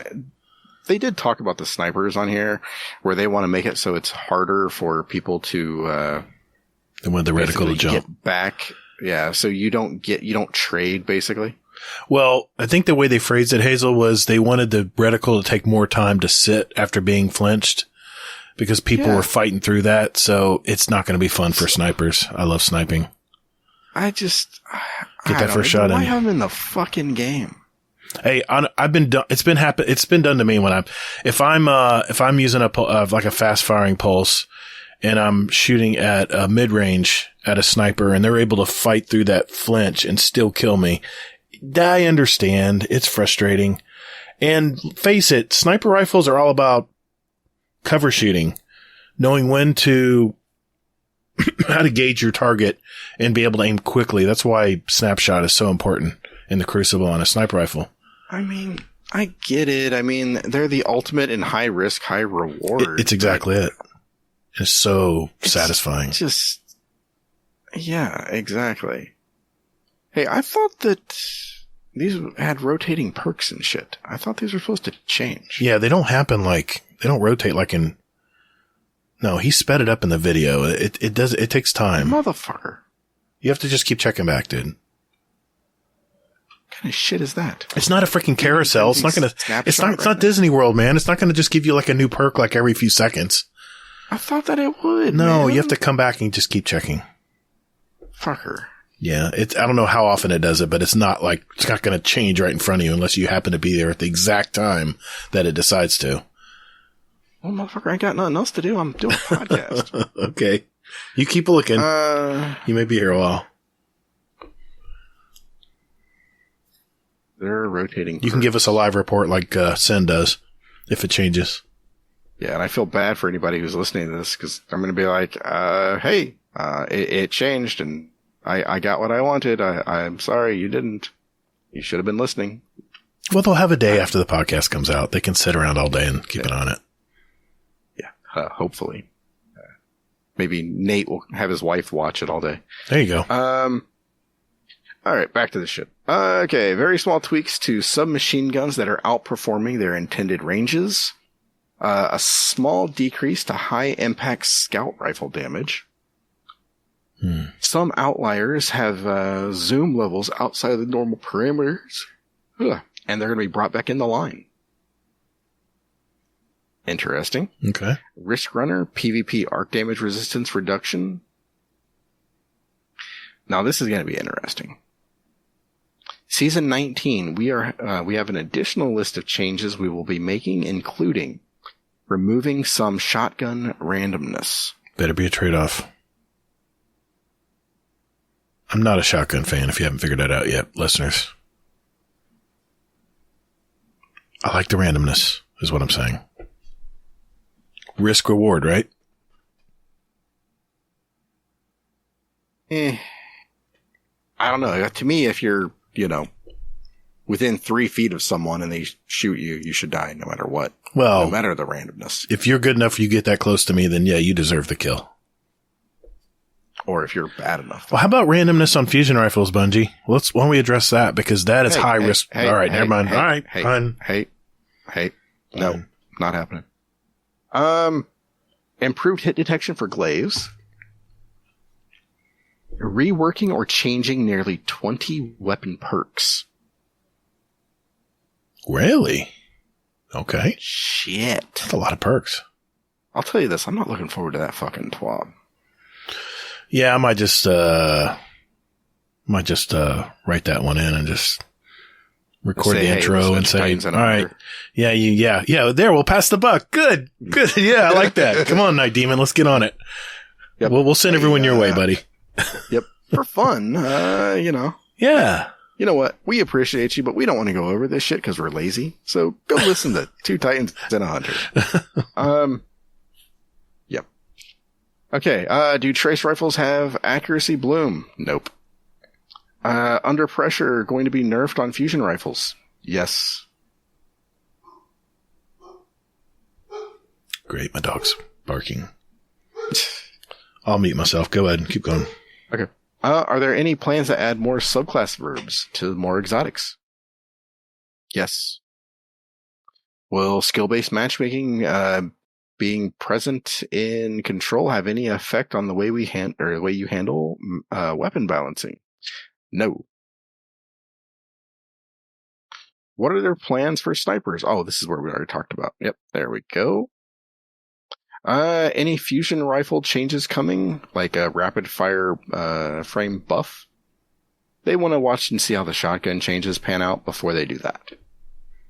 And Headseeker, what about that? It's not sexy. So they decided to make it some sexiness, and basically they're giving it a buff where it's going to have increased time on it, and they're going to increase the aim assist by a very small amount. Okay. Do aggressive frames have high cal rounds, which basically make people flinch? And they said, no, but it's proportional to the damage. So the more the damage, the more flinch there will be. It's instinctive. So there's that. Dynamic sway reduction. Nobody understands this. Can you explain a little bit about this? So DSR, dynamic sway reduction, starts as soon as you start firing. So each subsequent shot improves its effect until it maxes out around 20 shots. So high RPM weapons get maximum benefit more quickly, while low RPM weapons don't. Okay, and the perk deactivates also as soon as you stop firing. So hold down that trigger. Box breathing. This must be a new person who's asking because they don't know what it does. So you have to aim down sights for 1.5 seconds without firing. And then once you fire, it increases the precision damage multiplier, at that point. And the aim assist fall off distance, is increased by 10% as well during that. And it resets when you fire or leave the aim down sights area. And the last question here is there a way to estimate how much zoom decreases the effective cone angles? This must be a question from Monkey himself, and they give some math. So there you go. All right. Any thoughts on all that, Gator? Headseeker. I'm excited. I hope it's a little bit more than just a tiny little buff because I like Headseeker. I usually point to center mass and hope that and travel up to the head when I'm using especially a little more of a wild, more recoil based pulse rifle. I'm looking it over. I mean, it's reworking 20 weapon perks. That's got me excited. I'm curious to see what they do there. Have they mentioned anything? Did you mention anything about the skill-based matchmaking, or are you getting to that still? I already mentioned that. Okay. That basically they don't use skill-based matchmaking as to balance weapons for their balancing purposes. That they mainly, I didn't mention it, but they mainly use the other playlists for that. I got you. Okay. Are you? Have you been playing Control lately? I have been, actually. Are you still enjoying the skill-based? I guess. I mean... Let me ask you this. Do the games seem to be getting a little harder the more you've played, or about the same? Well, I mean, it's weird. I mean, I would say yes, they are. Now, I will say that my KD has lowered some. So I've gone from like 2.0s and stuff like this, and it's lowered now down to, I think, like a 1.5. So okay. I'm still not exactly where they want me to be. So I'm pretty sure they'll bump me up a little bit more and that kind of thing. So, okay. But fun fact. So we had scrims, the other night and there were a ton of people there. And I was looking at the combat rating, unofficially. And I was glad to see that my number went up. I was like, look at that. Look at that. So yeah, my number climbed by 13.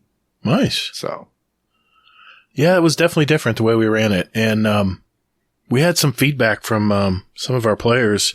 I think you asked, you said, listen, what do you guys think of the fact that we had, like an A team and a B team, or like two different types of skill or maybe experience of players? And, I enjoyed it. I got my butt kicked a lot because we were all playing similar skilled people. And, the one thing that I wanted to mention is I think halfway or maybe, 3/4 of the way through, if we're going to go that way in the future, maybe splitting up teams or maybe splitting up the lobbies a little bit. And you kind of did a little bit at the end, because you were wanting to test things out. But I would like to have more of a mix of players on each team, because the one thing, I mentioned this in the Discord, I'll just mention it here. I ran with some really high level players, some streamers that I'd win raffles and get the game with them, playing trials in the past. And I learned so much in such a short amount of time on how to play that type of game, because I was with two killers that do it all day long and stream it. And I think it'd be nice to have some lesser experienced players on a team of more experienced players, and where the experienced players could say, listen, here's what you might want to improve on the next time you jump in the game, or they'll be watching us. I'm being pompous here. maybe I'm the person who needs to be watching someone as well. But I'm always watching my teammates to see how they play and what they do, where they move, all the different little subtleties to Crucible. And I think I like the way you guys decided to do it last time, but I think it'd be cool too to maybe on some weeks switch it up where there's a more mix of players on each team. Just my opinion. Okay. Well, let me go ahead and I'll tell you what I'm thinking. Okay. So I'm thinking either typically doing scrims maybe once a week. Mm-hmm.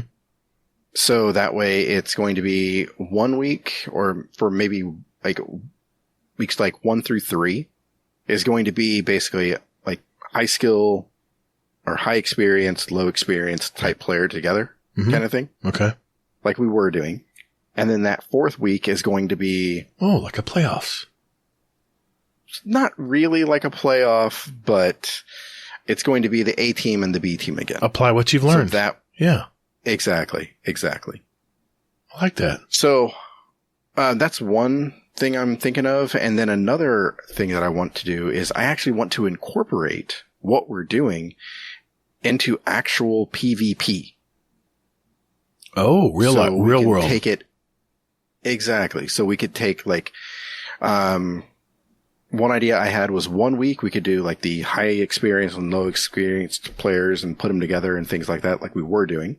Right. And then the next week would be that we take, high experience, low experienced players, and then we put them into PvP together. That's what the TDT guys do. The Dream Team guys. Yeah, I mean, they, excuse me. They have real world practice too, where they all communicate and from what they've learned from scrims. I like that. Exactly. Yeah. That's definitely what I'm thinking there. I mean, we could even screw around and say that, we can do that on Mondays and then do it on trials. Yeah. See what you mean? I don't know if we want to really do that because sometimes trials can be really, really sweaty. It can just be, getting stomped. But I mean, you could also do it in 6s or just comp even. Yeah. So we'll have to think about that. Let us know what you think. Definitely hit us up with that. Show feedback channel in our Discord. Exactly. Or you can put it in the scrims chat. area. So that way we can go ahead and keep all of our scrim stuff together because we don't want to anger Rodimus because... Oh God, don't do that.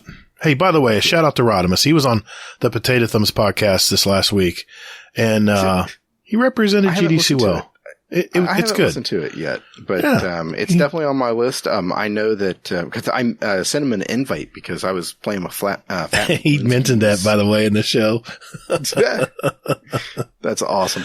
I was like, hey, I sent him an invite. We were trying to do a master catch. Yeah. And hey. Sorry, I bud. didn't know. I'm podcasting right now. Yeah. I was like, well, look at you all grown up. So I just want to mention it. Those guys over at Fluffy and Admiral Nips, they're just good guys. And it was a great show. Really are. And it was good to hear. Actually learned a little bit more about Rodimus that I didn't know from when we interviewed him. So yeah, it was a good show. Nice. Yep. Good stuff. Yeah, I'll have to listen to that tomorrow. Mm-hmm. So. Okay. So lastly in the TWAB is, TwitchCon is coming up October 7th to the 9th. So AKA right now. By the time you listen to this, it's already over. We love you though. But you can get an emblem for going and seeing that kind of stuff. That's cool. There we go. All right. Then shit's broken. There it is. So the future of Destiny 2 on Stadia is something they mentioned here, and they're like, we don't know what the fuck we're doing, but we're thinking about it, and we're going to get it something figured out for you. We love you, though. We're listening. Take a drink. Ouch.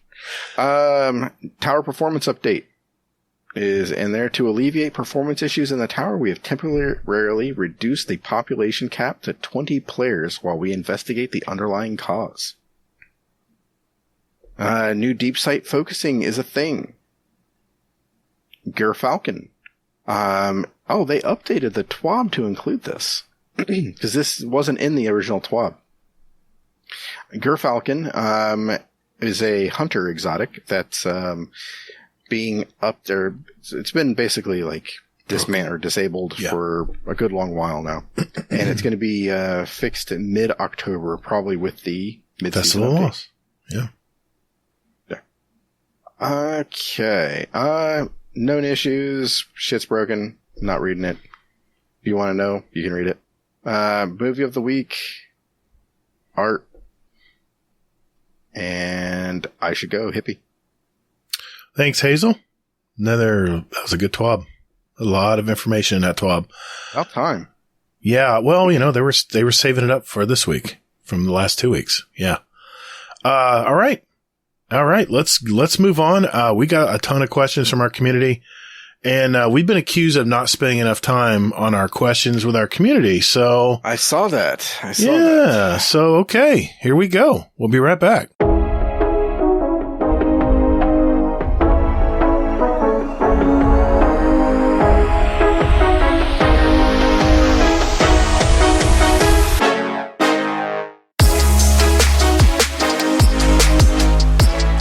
Hey, Guardians. Would you like to send a question for the show to us?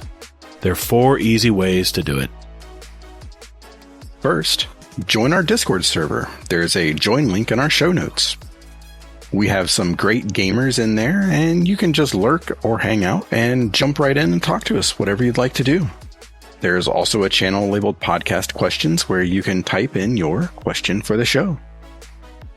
You can also email us at guardiandowncast@gmail.com, or we also occasionally tweet about our upcoming show and guest, and you can respond there with your question at Guardian_D_cast is our Twitter handle. Finally, you can send us a voicemail with your questions at speakpipe.com/guardiandowncast, all one word, and we'll play it live on the show. Thanks to all of you out there who do listen to our show. And Toddles. And later, Guardian. Hey, man. That's my line. What? Yeah. Says who? It's in the script. It's my line. All right, ladies and gentlemen. This is the part of the show where we answer our questions from our community. And we do that in the form of Discord questions in our podcast questions channel or through our SpeakPipe voicemail system, which is speakpipe.com/guardiandowncast. And I'm going to start out with Mr. Rodimus, since we were just talking about him on Potato Thumbs this week. Rodimus, what is going on today, brother? Well, good afternoon, gentlemen. This is kind of like a rant. I'm going to channel my inner Mohawk, or at least attempt to. So I'm trying to go for my Iron Lord title and realize that I have to play a Warlock and a Hunter just to get to the armor triumph done. So I started my Warlock today. Why in the fuck do I need to do a 56-part quest to unlock Arc and Fire? God knows what I do for Stasis, just in order to play the damn Warlock. I think it's absolutely ridiculous that I got to do a 56-part beginning light quest when I've already done that on my Titan. I just find it ridiculous. But before you say you have to play the game to earn the rewards, I get that. I don't mind spending the glimmer to unlock the aspects, to unlock the grenades, and get the subclasses. But I draw the line when I got to do that fucking 56-part quest, not once, but twice, once I start my Hunter, which I will absolutely despise playing, but will only play it till I get my 5 pieces of Iron Banner armor, to get my Triumph for my seal, and that's going to be it. But I just find it ridiculous that Bungie's making me run that damn quest twice. So I do 112 steps in order to unlock just the Arc and the Solar for both those classes. And the Stasis quest is probably going to be the same for both of them, which I just find absolutely ridiculous. But that's kind of my rant. Guess I would put a question to this. So what do you think of it? Should I have to play the game to unlock those subclasses, or do you think Bungie should just give them to me? Anywho, have a wonderful day. Toodles, and talk to you later. Yeah, Rodimus, play the game, get good. Next question. Oh No. I wouldn't do that. I wouldn't do that to him. That's such a Hazel response. That is I know, 5%er. Finger in the air. Hey, he's a 5%er, man. Oh, okay. 6%er. 6. Oh, all right. Maybe 6.5. Now, okay. This was obviously during when Iron Banner was here. He was trying to get his gear. I'm just trying to think, does he really have to go through all that? Couldn't he just? Yes. He does. Okay. It's been so long since I've done that quest. And Rodimus, I hate to break this to you, but Stasis. I was going to say, I'm like, should we break it to him? I think he's probably already found out at this point. Yeah, Stasis is not fun to get and unlock all those fragments and, it's not fun. Yeah, it's a pain in the dick. I'm just going to be honest and tell you that. Yeah, just punch yourself in the junk, now, and that's kind of what it's like. Well, on the bright side, Iron Banner won't be here for a little while, so you got time to get that 56-part subclass quest done. And what else are you going to do? Come on. Yeah, I don't know. I think that's a little ridiculous, but I don't know, man. What do you think, Hazel? I mean, 56 parts, right? Per character. Is that per subclass? Man, that's a lot. Yeah, I don't think it's per subclass. It's basically 56 to get everything. I see. And I don't think it's a lot. I mean, I'm sorry. I see I do feel your pain. I do, 100%. But the way the game reads it is that you haven't played that character before. Yeah. It's like you were just starting the game, right? Exactly. That's what Bungie's assuming. Yep. Exactly. Okay. Sorry. No good answer for you there.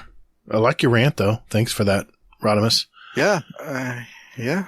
Rodimus doesn't like the rant much, so I wanted to give him his due. I'm being facetious, of course. Okay, Hazel, let's jump into the Discord. Man, you got a lot of questions here. Oof. Yeah, tell me about it. Okay. Okay. Sorry, I got an invite to do something. I saw it. You saw it? In the Patreon channel? What the fuck are you talking about? Someone was asking you if you wanted to do a dungeon. Oh, that was it. 10:50. Oh, you already did that. 11 o'clock. It's already been done? No, I didn't do that. Oh, okay. I didn't do that. I didn't see it, unfortunately. Oh, okay. It was in the Patreon channel. Damn it. They were asking if you wanted to do a dungeon. I don't know how you do it, man. I can't podcast and do a dungeon. There's no way. Too much going on. My attention has to be fully diverted to gaming. It's hard to float it for me. Yeah. Well, luckily I'm on PC, so somebody just messaged me and said, "Hey, you want to do this?" And I was like, sure. So, all right. Good luck. Give us a live update it's like Sen does. Fuck me running. I hate Warlock so much. At least you're sticking with it, man. Kudos. Yeah, something like that. Okay. Sorry, in the course of doing this, I lost the damn question channel. There we go.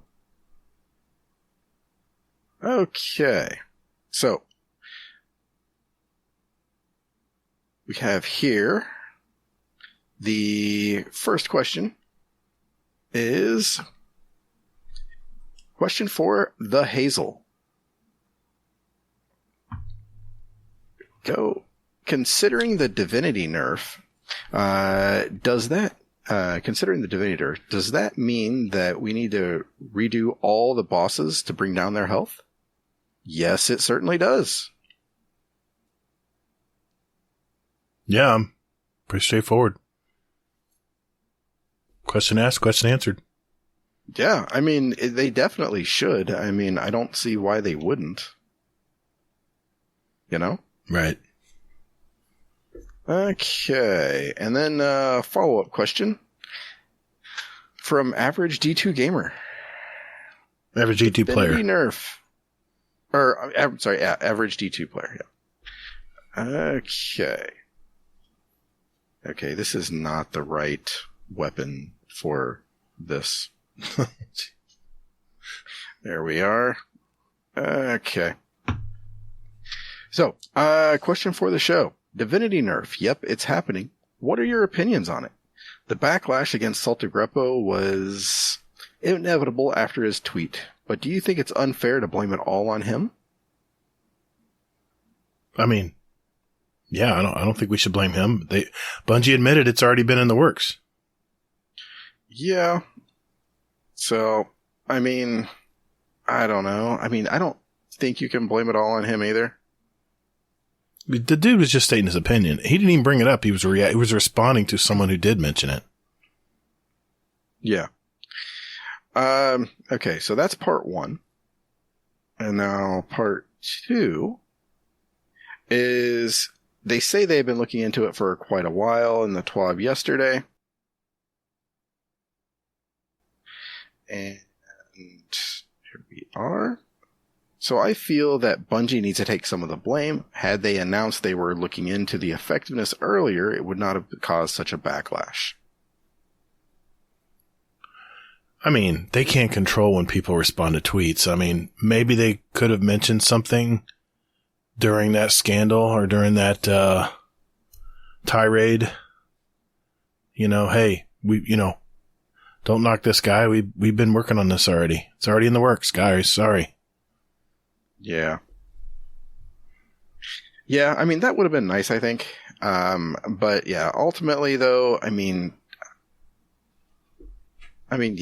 think Salted Greppo got a raw deal, but just bad timing. Yeah. Okay. So I have another speak pipe. Uncle Scumdeath. The jet setter. Uncle Scumdeath. Hello, Scumdeath here. I'm just playing my Switch, and I'm looking at the games that are on the home screen, and it's pretty cool, really. It's not too bad.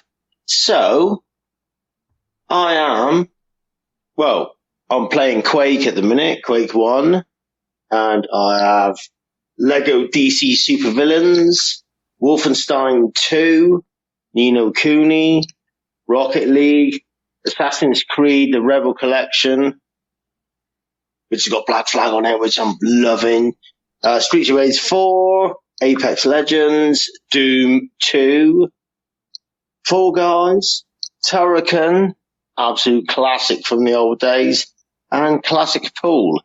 So my question is, when you turn on your console and you see the home screen of what games you've got, tell me what games you've got. I'd be very interested to find out.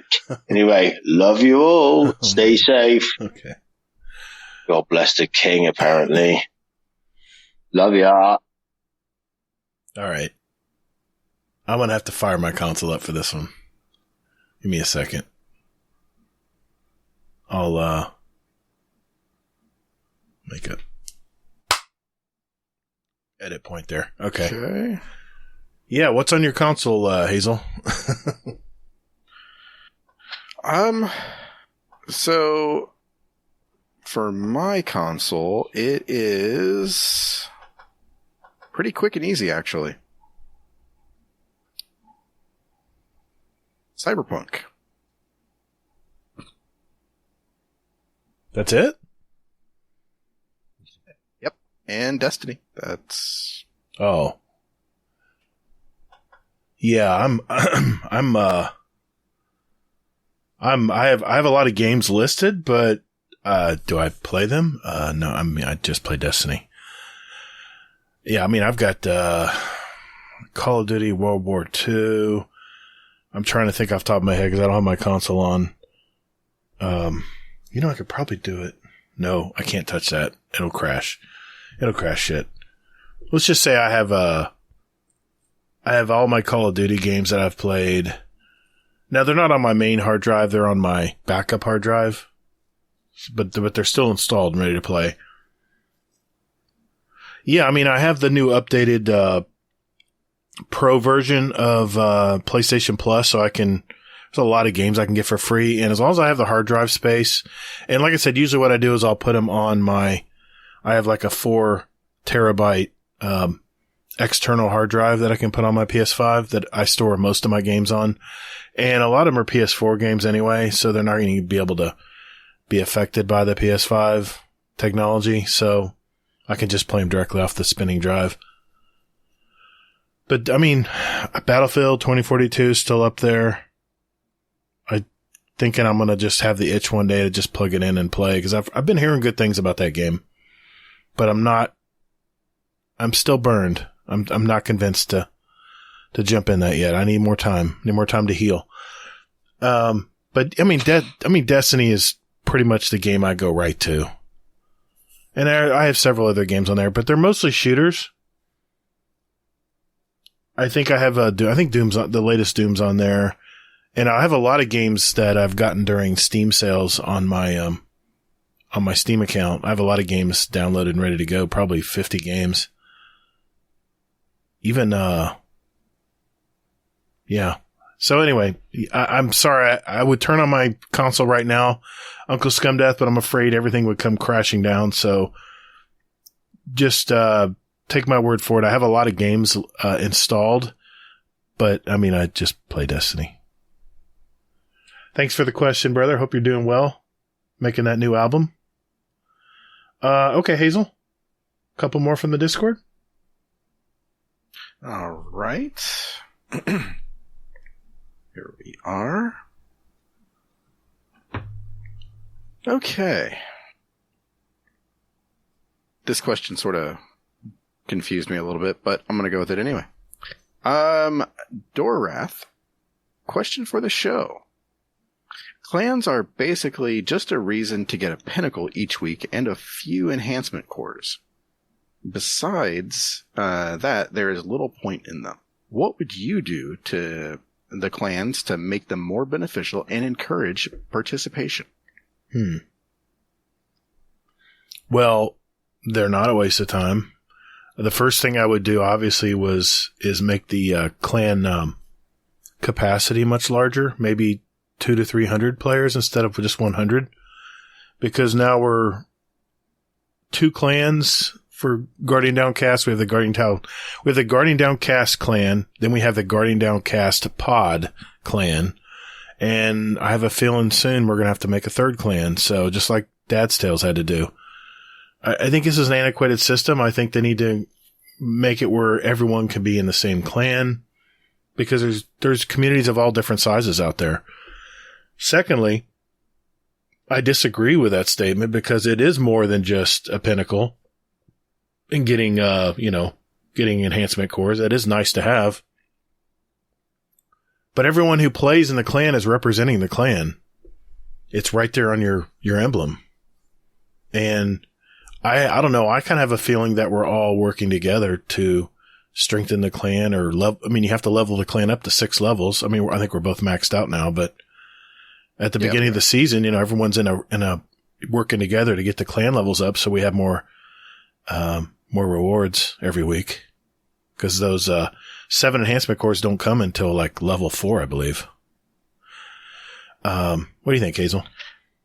I think that kind of what he's asking is maybe like more of a traditional clan, where it's like, I mean, they have like clan raid nights. Hold on. You cut out. How did I cut out? I don't know. Am I cutting out, or? Yeah, no. My you're roboting. No, my signal dipped just for a second there. That's the thing with cellular. It dips. You said clan. You think you said clan raids? Well, here, I'll just start over. Okay. Yeah. So, I mean, I think he's thinking about it more in terms of the traditional, like, this is the clan, this is your life, that kind of thing. Right. But we're a little more casual about it, I would say, where it's like, I mean, we do stuff like that, but it's more so just, I don't know. It's just, we're more of just a casual clan. We're not the type that's going to be like, hey, log in every week. Yeah, give us your life and your soul and everything else. So, yeah, I mean, as long as you're playing and that kind of thing, you're not going to get kicked out of the clan or anything else. So, and he asked, what can they do to clans and make them to encourage more participation? I mean, we're already doing that. I mean, we have, it's community wide, but it's pretty much clan based too. I think having a good, either Discord community or something, I think you're already doing a lot of things to but want people to participate in clan raids or scrim nights and all that. So, I mean, we're already kind of doing things that bring our community together, but I think another thing, Hazel, that I forgot to mention was, I think there should be alliances where we can have an alliance with the Potato Thumbs clan, and where we can still, be able to easily communicate with alliance clans. I mean, maybe they give us 5 clans we can ally with. That might help with the, participation. I mean, the capacity thing. I don't know. Mm-hmm.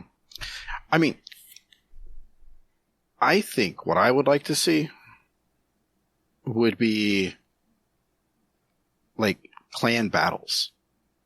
Yeah. I like that. So it's our clan versus another clan. Yeah, and you get an emblem or something every week. Exactly. And you can have a tracker on how many clan battles you've won. Exactly. I mean, gamify the clans, but I mean, I'll be honest, I don't see Bungie ever doing that. I don't. They've kind of walked away from competition, too much competition, where they could see, I guess, that it could go toxic. I don't know. I could see some bullying or online shaming or something. I don't know.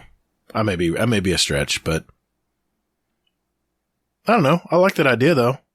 I think there definitely should be, and maybe they're going to be doing this because they talked about having player rankings where you can actually track, you get a score based on how helpful you were to someone who joined your group or something.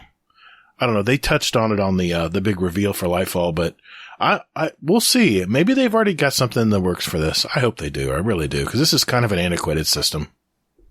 I mean, it is. And I mean, they really do need to do something with the number. I mean, yeah, it's a problem. That right there would help a lot, I feel. And I can have more alt accounts in different clans. Oh, shit. I saw you demote my ass on one of my clans, man. What the hell? I didn't demote you. I fucking gave you the DOS boot. You boot me out of the damn clan, man. What the hell? It's okay. I'm not playing them anyway. That's fair. Yeah, exactly. It's been 7 weeks or 7 months. I mean, yeah. If someone's inactive for that long, they should be booted. That's a long time. That means basically you've given up on the game and you're holding a spot that someone else wants. So that's fair. No, I mean, if you haven't logged in 3 weeks, I mean, we're not going to be booting you, but it has to be within reason.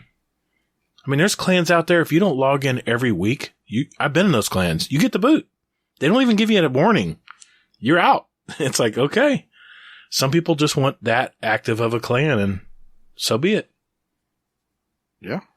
Is what it is. Okay. What else we got, Hazel? Looking at the clock. Okay. There we are. All right. So, Carpal Leader. So, oh hey, Redneck and I are headed to the Aftershocks Festival, and I was wondering, what was your favorite concert, and who would you like to see in concert again? Oh. Or, well, in concert.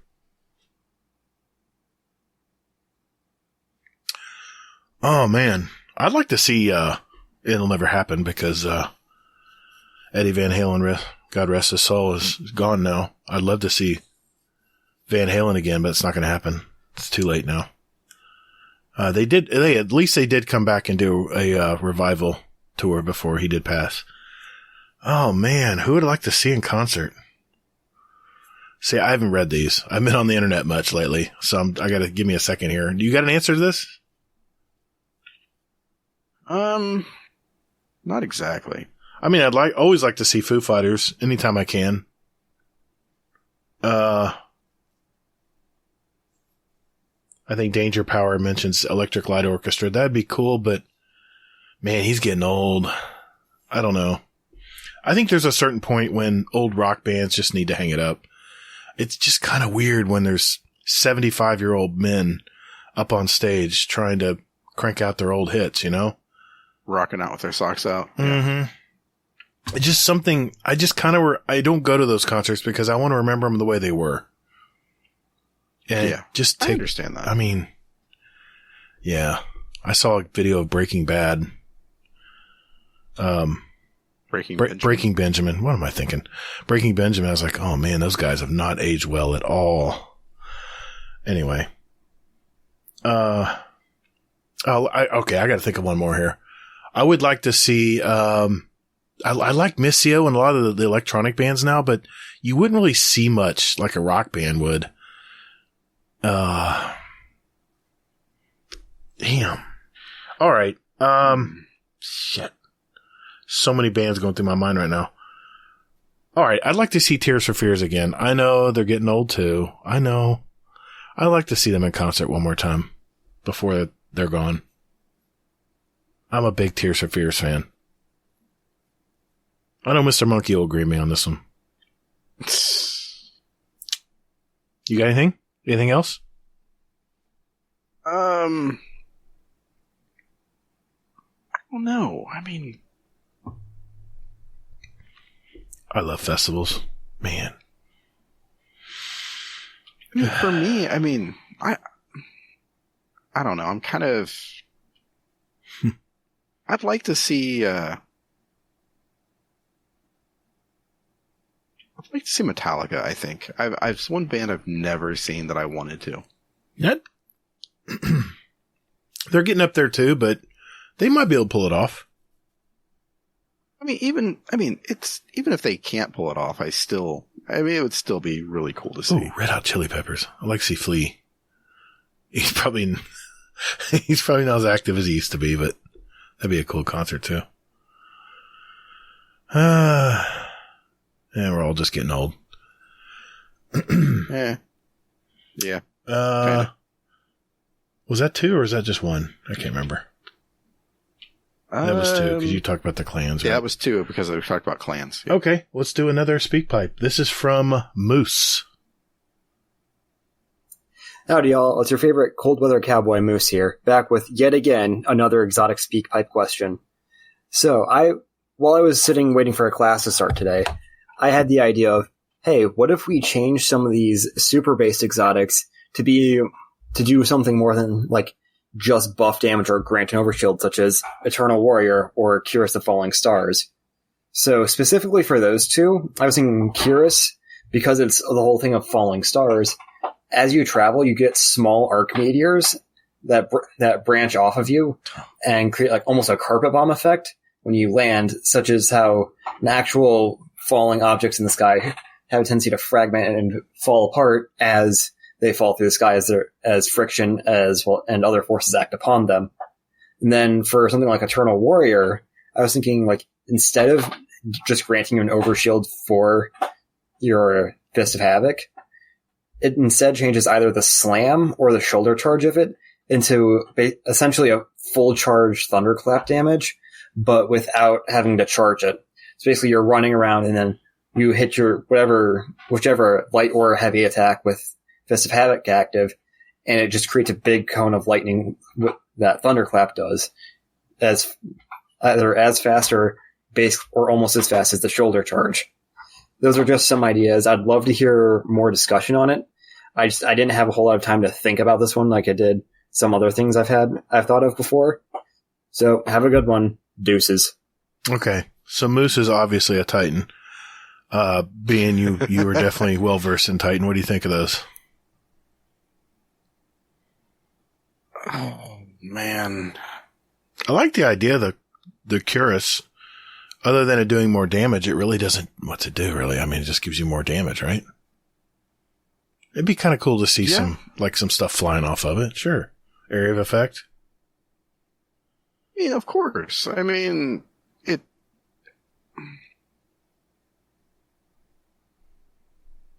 Yeah. I don't use Eternal Warrior always much. for that. Yeah. I mean, but yeah, there are a bunch of, exotics that are just kind of meh, useless. Yeah. Eternal Warrior is useless. I really didn't ever need an overshield when I used Fist of Havoc because I was a frickin' missile. And what's going to kill me in midair, really? You know, that's very rarely have I been killed using that super. So I haven't used that helmet much either. Good ideas, though. Anything else to add? Pretty much. No, I mean, I'm all for it. I mean, I think it would be really good, you know? Mm-hmm. I mean, there's just, I don't know. I'd like to see it. So, I mean, Moose, you sold me on this shit. Those are good ideas, man. I like those ideas. That would be maybe that's one of the things they're redoing. I don't know. They said weapons, didn't they? Never mind. Okay. Yeah. A couple more out of the Discord. Yeah, right. There we go. From Mr. Monkey. Question for the show. If you were going to brew a GDC beer, what would it taste like? New merch idea after the condoms sold so well. Yeah, I didn't want to mention the condoms. Oh, well. Sorry, Brittany. Yeah.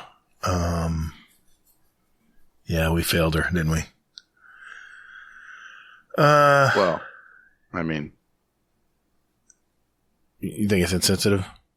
We didn't fail her, but something failed her. There we go. Yeah. Anyway, what would the GDC beer taste like? Belgian ale? Maybe like a beer I love to drink. I'm sorry. I like Blue Moons. They're good. One of my favorite beers right now. I had to have a Modelo tonight. My daughter had an art, she was featured at an art gallery in a little town near us, and she actually sold her art too. It was pretty cool. But they gave us these drink tickets, and I was looking at all this like canned beer. It was like, I couldn't even recognize it, man. It looked like fruit punch. I was like, what the hell is all this beer? This isn't beer. Then I saw Modelo, and I'm like, okay, I know Modelo, so let's get a Modelo. I mean, that's good too. But I'm not a huge beer drinker. I wouldn't be able to. I would fail you in this answer. Sorry, Mr. Monkey. What do you think, Hazel? I'm thinking a nice seasonal beer. Oh, you know what? That's a great idea. Pumpkin spice beer. There we go. You know, I know Nips would love that.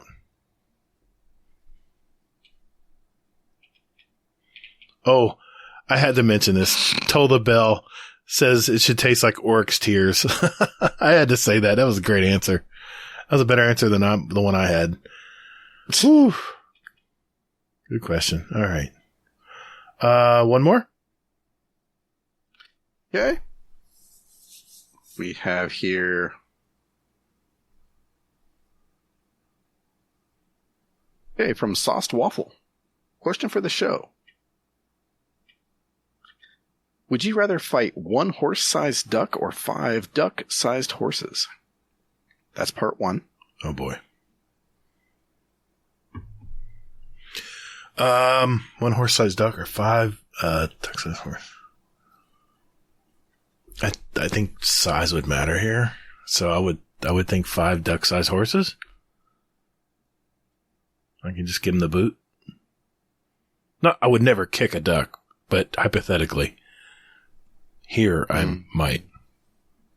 Mm-hmm. Possibly in an hypothetical world. I would go with the. I mean, I don't really know if I want to fight 5 duck-sized horses, though.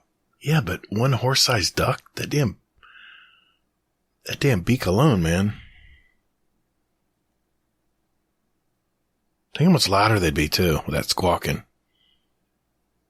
That would be amazing. You'd be fighting him, so he wouldn't be around much longer. One of you wouldn't be. Oh, shit. Okay.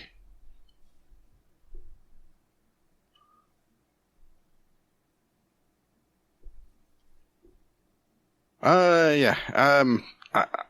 Yeah. I mean, I don't want to fight a duck or a horse. Can we fight something else? How about a gremlin or something? I don't know. How about a duck-sized gremlin? Or 5 duck-sized gremlins? Or 1 horse-sized? Gremlin? Yeah. Duck gremlin? I don't know. He wasn't being serious, though. He had a serious question for us. Yeah, no. He said, in all seriousness, though, if you could use only one exotic for the rest of D2, what would you go with, and why? Exotic primary. Oof.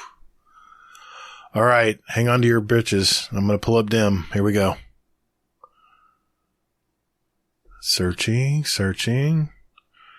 Voice connected still. Okay.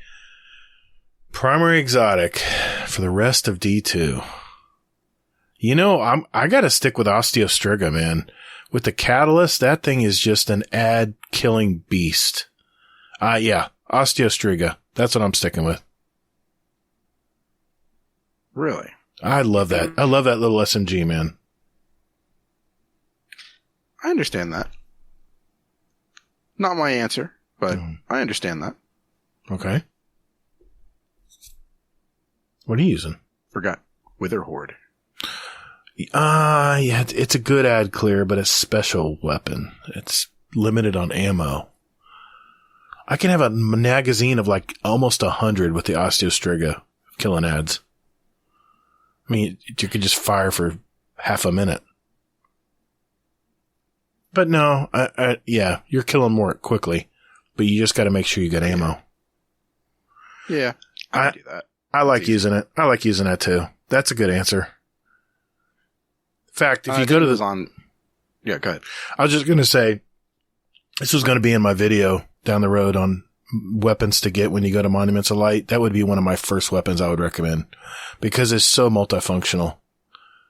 And you can even annoy people in PvP with it if you like. So, what were you going to say? I was going to go on and say, he says, me personally, I'm going to go with the last word because I have an unhealthy obsession with that gun since D1. Totally even though I don't use it a lot anymore. That thing was so annoying in Destiny 1. It was the most hated thing playing Crucible in Destiny 1 is that thing was so overpowered. And everyone had it on because it was such easy mode. Just hip fire and you kill anything that comes near you. Yeah. All right. Fair enough. Okay. I'll get rid of that. Thumb up. Oh, I got it. Oh, you already got it. Okay. Technical. Mm-hmm. So he was our, in the raid, or not the raid, I'm sorry, then scrims with us, and he's a monster. He's very good. Throwing that out there. Like, he killed me a lot with that pulse rifle. Yeah, I think he killed everyone a lot with everything. Yeah, I think he did. I think he breathed on me at one point and I died. Okay, so here we are.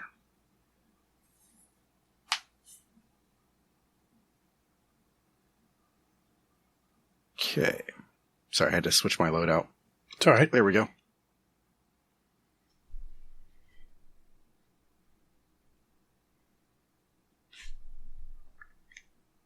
Are you doing a dungeon or a GM? Dungeon. I'm not 95 yet, so. Oh, gotcha. Yeah.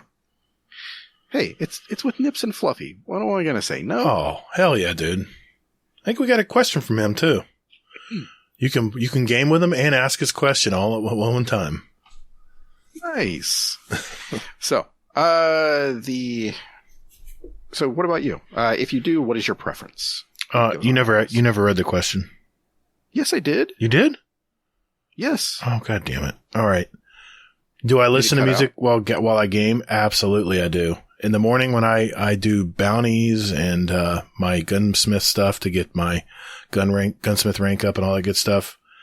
And of course my clan, get my clan XP for the week. Yeah. I actually have 3 different modes when I game. I never listen when I'm doing this, when I'm in this mode. Let me make sure I'm honest here. I'm just doing simpleton work, not doing a raid or something where I have to communicate. It's just me. I'll either have one YouTube playing on my left monitor while I game on my right. Phase 2, I'll have an audiobook on that I'm listening to while I'm gaming. And phase 3 is I'll be jamming with Spotify while gaming. One of those 3 possibilities. So yeah, absolutely. And, yeah, that's my preference. What about you? Usually no. I'm not listening to music. I am just basically I'm not even listening to game music, actually. I'm usually like talking to my wife or something like that. Oh, so you have the sound off or just the sound on? Yeah. No music. Sound off. Okay, gotcha. Hey, now I'll tell you, if you really want to practice in the Crucible, try listening to music with no sound on in Crucible. You will be so alert when those golden guns are popped. Anyway. Okay. Let's grab another speak pipe here. Let's see. Nitro TJ. Here we go. Hey guys, Nitro TJ here. And I have a love-hate relationship with these speak pipes. Because I cannot speak at all. So when I try to talk, it just cumbles out. Cumbles? We're just gonna roll with it now. I'm done restarting this. This is like my 40th time. All right. So this weekend, I get to finally throw my leg back over a bike since about 3 months. It's been about 3 months. I tweaked my knee the last time, and to top it all off, I'm going straight into a race. So, when I signed up last night, it was about 30, 40 riders. I think it was 35, 36 riders that I'm going to be racing up against in my class. And super nervous, super excited. Hopefully I can get off to a good start and try not to get an arm pump. But my question for you guys is, and if we have a guest on, curious, if you could, would you race motocross? Now, if you don't know what it is, it's basically motorcycles on dirt, and then jumps, corners, rollers is what we call them. It's like big mounds of dirt that just laid over. It's awesome. My favorite part of the track. But at a professional level, these guys are 20 to 25 years old. If you're anything past that, 95% of guys past that age don't make it to pro.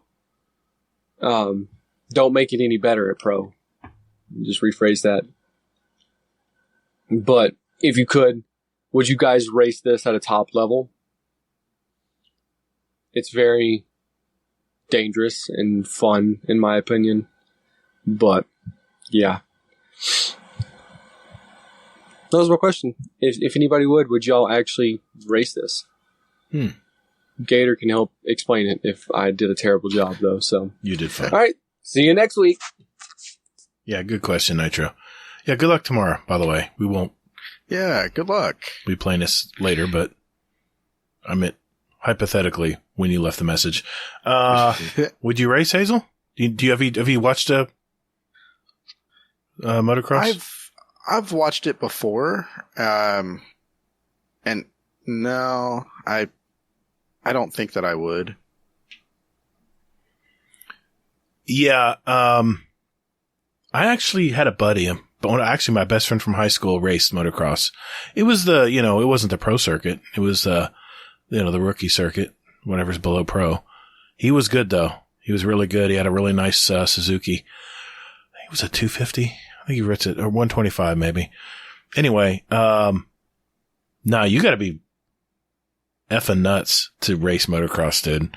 And there's a reason, by the way, that after 25, you don't do well in motocross. That's because, let me explain something to you, Nitro TJ. There's a reason your car insurance cuts in half at the age of 25. It's because you actually fear things. Anything below the age of 25, you really don't have that fear in your brain developed yet. So when you when you pull the clutch in and you're whining the engine and revving it and about to haul ass with, 20 riders beside you all in this little narrow lane of dirt. Oh, and don't even get me started on the jumps. What if someone messes up their jump at the bottom of it, you land on them? God, that's going to hurt. No, I even watched my buddy do it, and that's something I honestly just never had the inkling to do. Yeah. But like I said, there's a reason why people over 25 don't motocross races, because they actually fear for their life. Yeah. Yeah. Funny how that works. Thanks for the question, Nitro TJ. Good. I hope you did well with your race, buddy. Okay, I'm looking at the clock here. We have time for a few more questions. Hazel, want to grab a couple more? Yeah. So, NS Ripsaw has a really, really long question. He also has a TLDR on it as well. But you know what? We're not scared of any questions, so we're going to go ahead and ask this long-ass question here. Okay.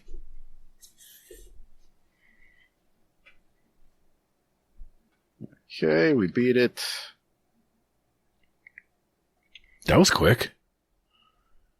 Yeah, it was Prophecy. Oh, okay, nice. You beat the whole Prophecy dungeon?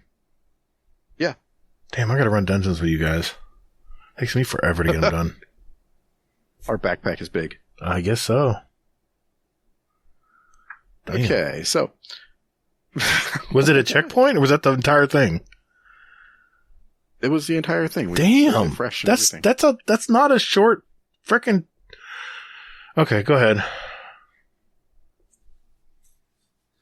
NS Ripsaw, right? Okay, I'm looking at it. Yes, NS Ripsaw. He goes on to ask, so this morning, I decided to actually LFG trials. I usually solo queue as I can't stand toxicity, and LFG has been hit or miss for me. Finally found one with tag of good vibes. Wonder if that was Fluffy. Joined up and we did well. Got to 6 wins while using Mercy on our last and final, and lost our final game. We reset a couple times, and after that, before we had a decision to make. It was now 11:45, and reset was in an hour and 15 minutes. I stress the 15 minutes because it comes into play. We say, let's go for it and play through regardless of when we lose our Mercy. Usually reset if I lose it before 5 wins. We win 3, lose 1. Our third suddenly rages and quits. Myself and my partner say, okay, keep going. We win the next 2. So it's 5 to 1 right now. And they've used their Mercy. Yes. Gotcha. Okay. Here's where it gets dicey. It's now 12:38. We need 2 wins. Each match has been going long. It's going to be close. Enter game 6. It's going quick when wham, server maintenance incoming. Ongoing games will complete and players will be returned to the title screen. We both let out a heartfelt ugh. Maybe we can beat the timer. Maybe it's lying to us. Nope.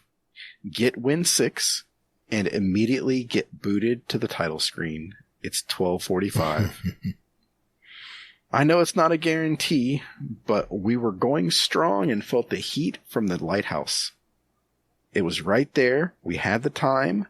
If reset happened at normal time. To get that win and go straight to the lighthouse. Gotta say, we were bummed. Has something like this happened to you guys?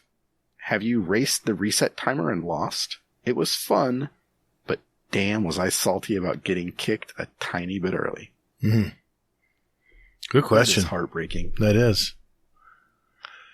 Yeah. So have you? I play this dance often because usually, I'm trying to get all my morning stuff done before reset every day.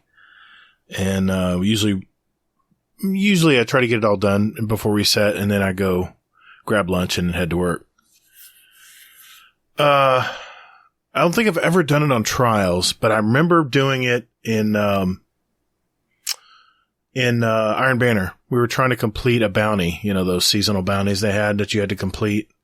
It was before the ones they have now. It was like the ones you had to do for all your bounties, your individual ones that gave you a pinnacle and 50 of the tokens. This was last season. And I think I was like 2 or 3 kills away from completing my last bounty for Iron Banner. And I was running solo that morning. And sure as shit, I was 1 kill short. And then there it went. You couldn't join Iron Banner anymore. That's why I really hate the fact that Iron Banner comes only twice in a whole season. Come on, Bungie. You got to be able to. I know Feast Festival lost. I get it. But you got to work it in another week. You got to give us 3 shots of every season.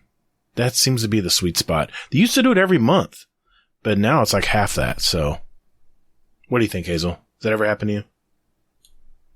Yeah, I have one memorable time. It was in D1 though.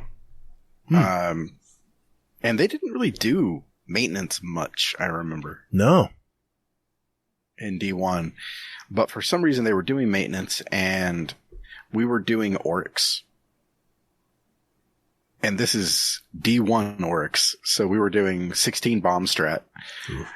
So for anybody who's doesn't know what that is, if you know right now, there's 4 bombs and you have to go in those and they detonate and then you can shoot orcs in the chest and that kind of thing.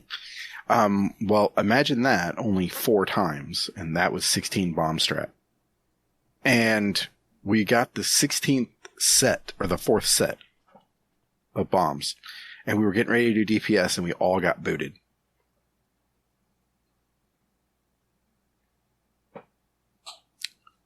Yep, before that weekly reset. So it didn't count. Yep, exactly. I'd already done it that week, but you were trying to help someone. Yeah, it happens. I mean, they got to reset the game at some point, right? Think of the poor bastards in Australia. I don't know what time. It's probably in the middle of the night when they get 1 their a.m. probably. Yeah, when they get their reset, so they don't really feel it unless they're playing late. But yeah. You got to reset at some point, You got to reset those bounties for Gatr to come get. I wish that it was later like that for us, That'd be, because then it'd be all waiting for you as soon as you woke up in the morning. Exactly. I wake up in the morning, I'm like, okay, I got 2 hours, I can do it. I'm looking at what I got to get done. I'm like, okay, I can do this. Efficiency, Todd. Efficiency. Let's do it. And I'll always fall. It happens a lot. So it's a dance I'm very familiar with, so. Yeah, I really don't play that dance very often. So, I don't know. But Rage CA, I gotta ask. What the hell is Hazel saving legendary shards for? Does he think they're like gold and will gain value? If you don't spend the currencies to get what you want, what good are they? Good question, Rage. Okay,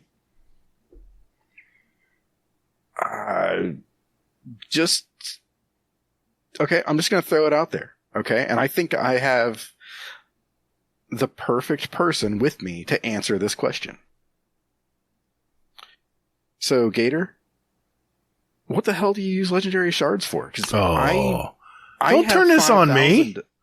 I have 5,000 of them because I only use them to basically rank up my armor and basically get it to masterwork it and that kind of thing. Mm-hmm. I mean, I'll occasionally, like, depending on what the weapon is, I'll occasionally, like, put it in there towards that and power that up.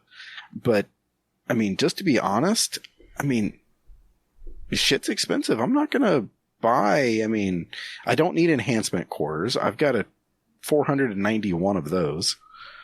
I'm not gonna buy prisms because, that's 400 legendary shards for enhancement prisms? No, that's a special order Fuck one. outta here. No one ever is going to spend Oh. that. Yeah, that's a special order okay. one. I never spend my shards on that. But yeah, I do use them. Ascendant Alloy is 400? Get the fuck out of here. I do buy those. No. I do buy those. I have 9 of them now.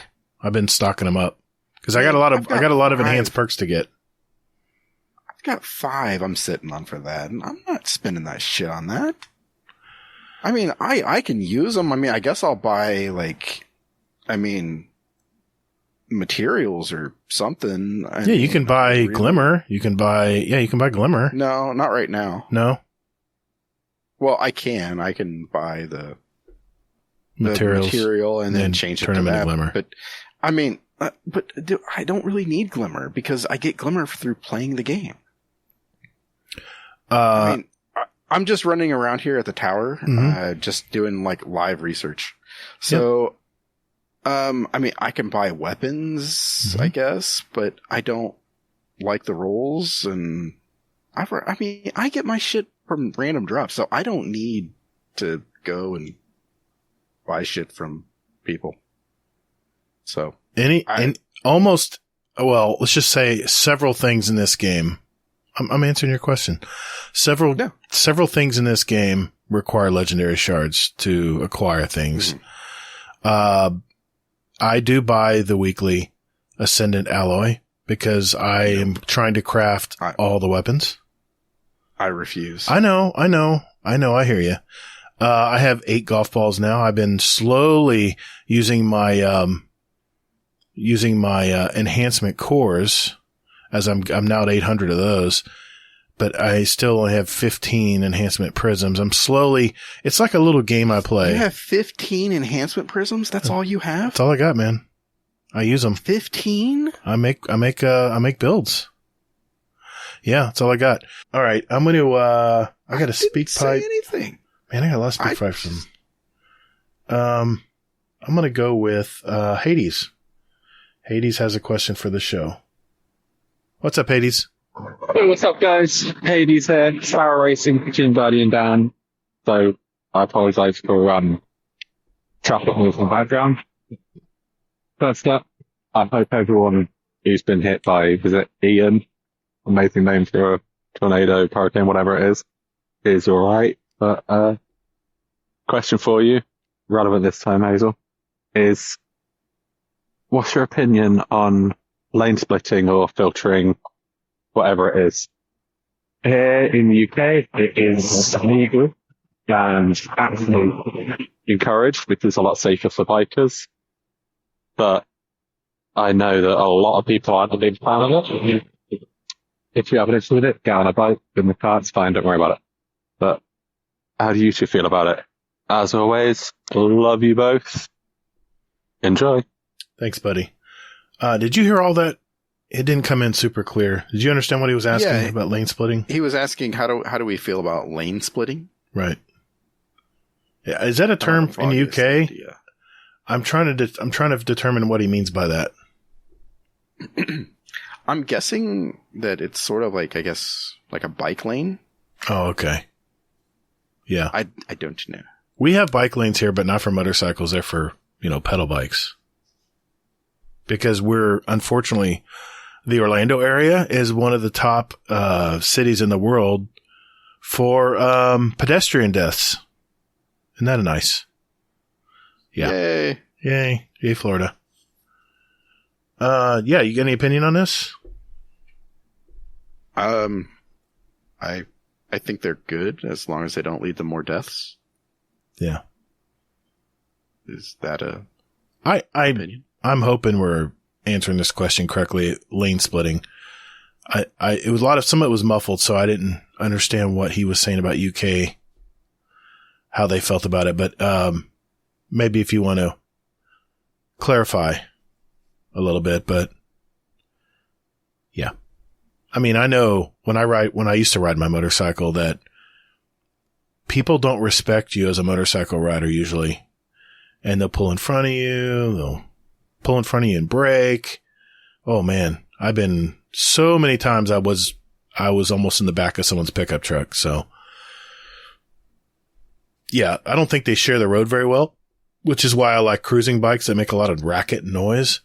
Or if I have a sport bike, I'll have to rev it up where they can hear me because people don't look when they drive in Florida. Part of the reason why I'm not riding a bike right now. I want to, but I don't know. Maybe in the future. Okay. Let's go with one more, Hazel. Let's call it a night. Okay, so Fluffy Fingers MD asks, would you rather live in a very nice igloo or a very nice tent? The igloo is obviously where it's cold enough to be a thing. So I guess we better put the tent in a hot desert to equal out the sides. Oh, I see what he's doing. Well, I mean, for me, I'm a Florida boy. That's an easy answer. I don't want anywhere where there's cold weather. So it's going to be a tent. Plus, I used to do a lot of camping in tents. I love tents. I used to build little forts when I was a kid. I think everyone's done that. Was it fun pitching a tent? I pitched tent all the time when I was a kid. There we go. That's a soundbite. How about you? Did you pitch a tent? You like pitching tents? Yeah, all the time, like right now. Yeah. What are you doing? You doing the igloo? Yeah, I'm going to the igloo. You know, you can't take off enough clothes. I mean, it's still hot. You know, you can always put on more stuff. Yeah. Nah. That's a no for me, dog. Gonna be a tent. And ideally it'd be a tent in the woods. But since I don't have that choice, I guess I'm taking the desert. Hopefully it's a well-made tent. Wind resistant. Yeah. Yeah. And I have a very nice igloo. So I'm picturing like a... Oh, God. What? Like a fence out front? Pitching a tent in your igloo. There's a title. It's going to be a small tent. So, cool. Hey, I have a question for you. Yeah, what's up? This is one from Toll the Bell. Mm-hmm. Okay. Question for this show. When looking in LFG, because you never look in LFG, so I guess it's more for me, but when looking in LFG, how do you feel when you come across the KWTD tag? Know what to do.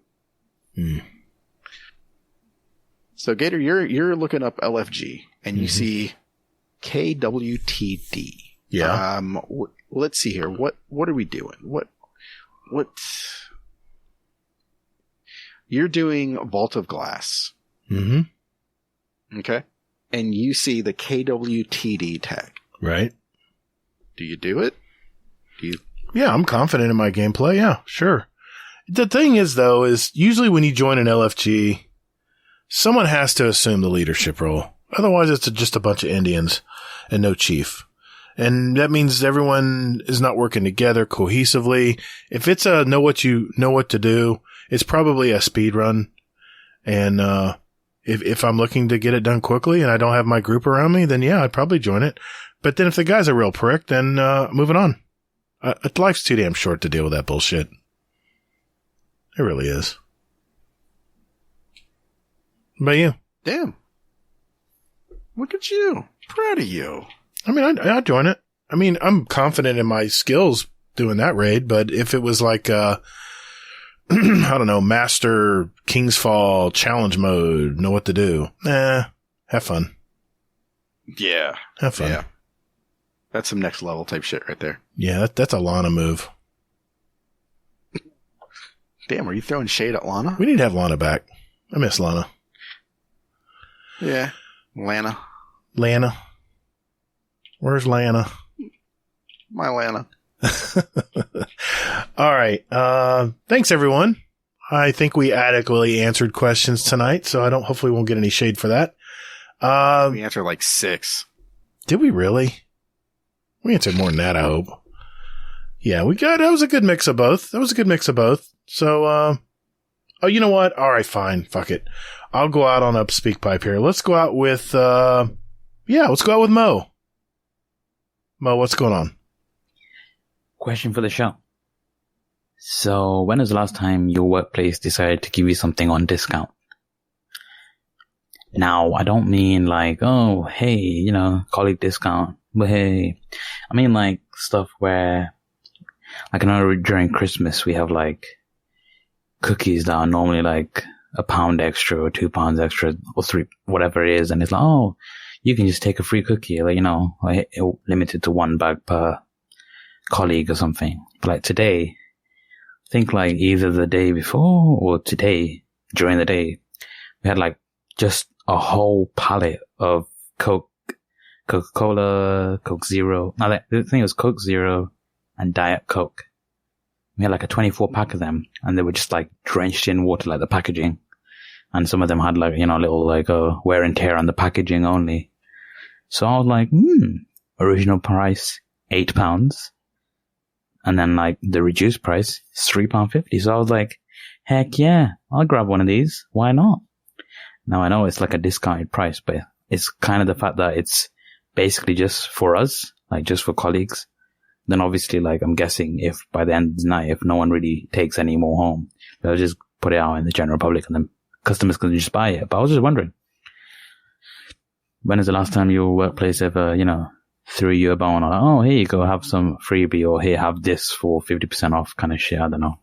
Of course, it's a different situation because it's reduced, because it's damaged, but who cares?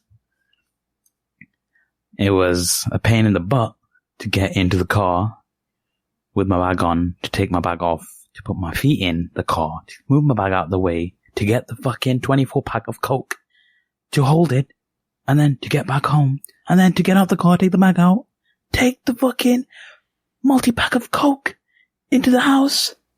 But other than that, it was fine. I'm glad with this thrifty purchase. But anyways, this is enough rambling. 2 minutes is more than enough. Yeah. Share your experiences if you have any. If you don't, it's fine as well. Cheers. Thanks, Mo. Good to hear from you, buddy. Yeah, all right, thanks, Hazel. Mo. Well, you have any experience like that? I got a ton, but I'll just list one. Motherfucker, I work for a bank. What are they going to do? Give me discount money? I don't know. Just asking. I'm guessing that's a no. Get a discount on home loan, some shit like that. Okay. Point, like a point discount or something? It's a lot of money. Yeah. Yeah. So, yeah. I guess that works. Maybe a discount on closing costs or something. Yeah, that's cool. Yeah, those get waived. So, yeah. Oh, perfect. Nice. Yeah, it's a good benefit. So there you go. That counts. Being that I'm my own boss, I can list when I'm at my supplier. And the thing about your suppliers is you have the indoor office that does all the sales, and you got the guy here who has to lug all the stuff to your truck. And if you really know, a good tip here, if you're working in the trades, and you're picking up materials, get really friendly with the warehouse guy, especially if he's always there, because he'll always look out for you. And I don't know how many times he'll bring a pallet around, and I'll see a broken bag of fertilizer or something on the pallet, and I'll go, what are you going to do with that? He goes, I don't know, I got to tape it up. I was like, well, you can't sell it. How about I take it off your hands? He'll go, it depends what kind of moods he's in. They can't sell the product. So what are they going to do? They're going to probably put it on a pallet and ship it back. Think of all the fuel and waste on that. But sometimes I'll ask for a discount. Sometimes if it's, if the half the package has already been emptied because it's spilled out or something. Yeah. I mean, I buy enough volume from these guys. I consider that a discount. So yeah, make friends with your warehouse managers and your gophers out there. 'Cause they usually are underappreciated from the guys in the office all day, especially in Florida when it's hot. Anyway, thanks, Mo. Appreciate it, buddy. Hey, everyone. Thanks for sharing your questions with us. Hopefully we answered them to the best of our ability. And we'll be right back.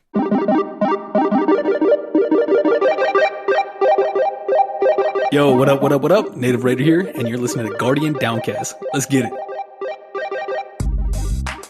All right, Hazel, before we go tonight, announcements. What announcements do we have for this show? Okay, so I'm going to be posting another scrim out there. There is a new old scrim competitor out there from Potato Thumbs. So I'm going to be kind of coordinating with them and that kind of thing. So if they have one, then we'll probably, I don't know. We'll talk about, we'll have to talk it over with Fluffy and Nips and find out,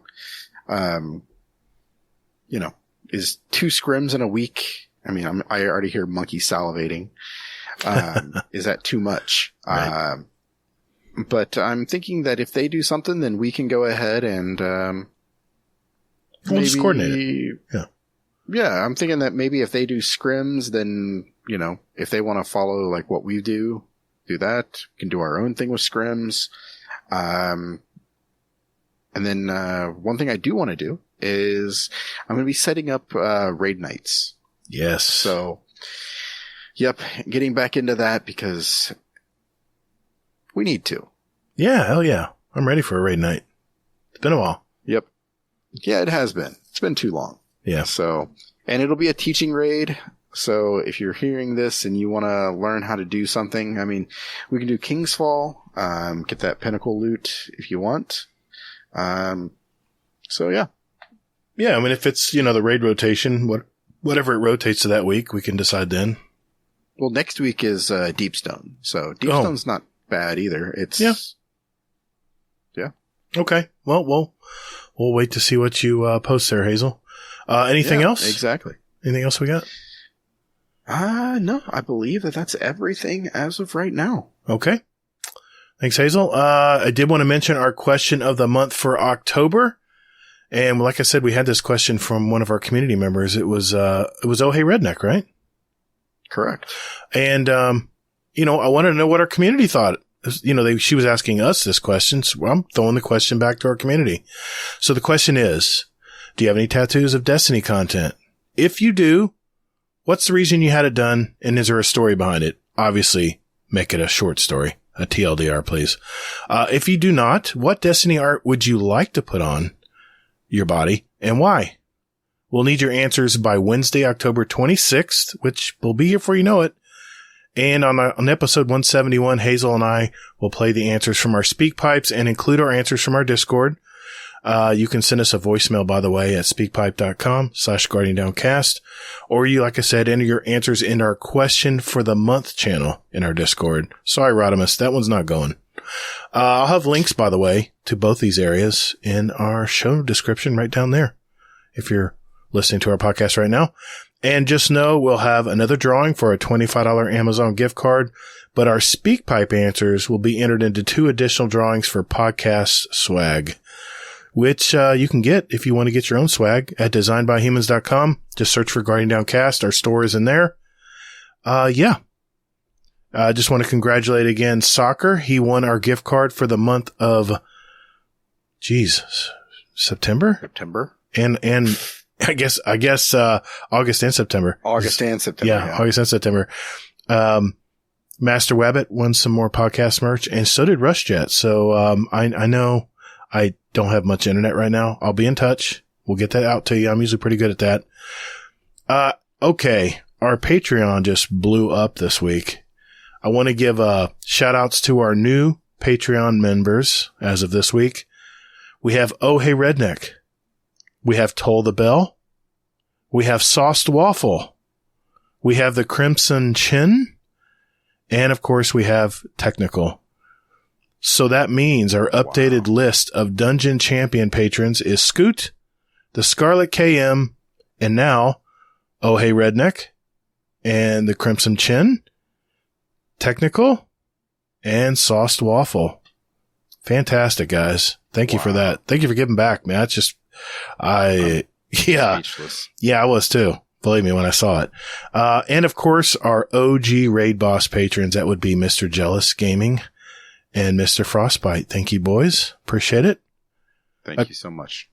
Quick thank you to all our Patreon members out there. You know you are. The support goes right back into our community, into those drawings we had last week. And, it's just your way of giving back to the show and helping me and Hazel out here. So if you want to support us, you want to throw a donation our way, it is patreon.com/support Guardian Downcast. We have different tiers and all that good stuff, so check it out. And also, we have a private Discord channel for just our Patreon community. No feet pics, please. Thank you. Hawkslayer, who sent me a soapy feet pic this week. What's going on, Hawkslayer? I have a feeling someone was behind that. Anyway, don't be all innocent. Anyway. What? I had nothing to do with it. He's already ratted you out. All right. What? For all our new patrons out there, remember to catch up. Son of a... I had nothing to do with it. Okay. All right. For all you new patrons out there, remember to catch up on our extra Patreon episodes. There's a bunch of them in there now. They're starting to add up. We put out at least one a month. So thank you all for your giving back and your support to our little show. By the way, if you want to get a special RSS feed so that our bonus episodes come right to your podcast app, whatever podcast app you use, make sure to grab it in our Patreon app or the website.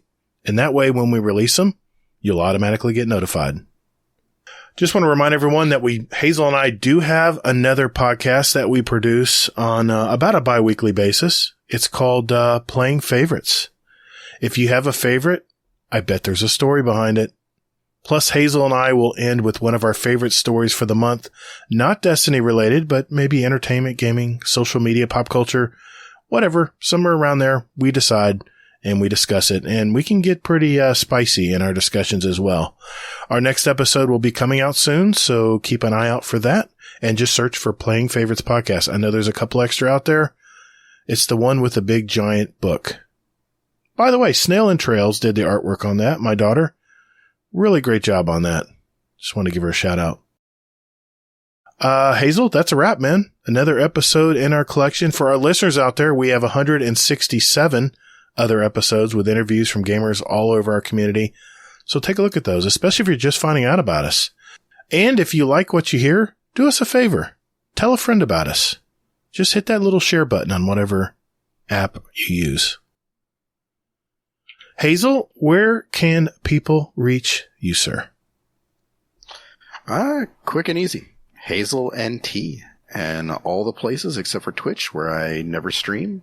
I'm looking at getting that fixed. I know I always say that every week, and it never happens. But we'll see. We'll see. Maybe this will be the week that it actually happens.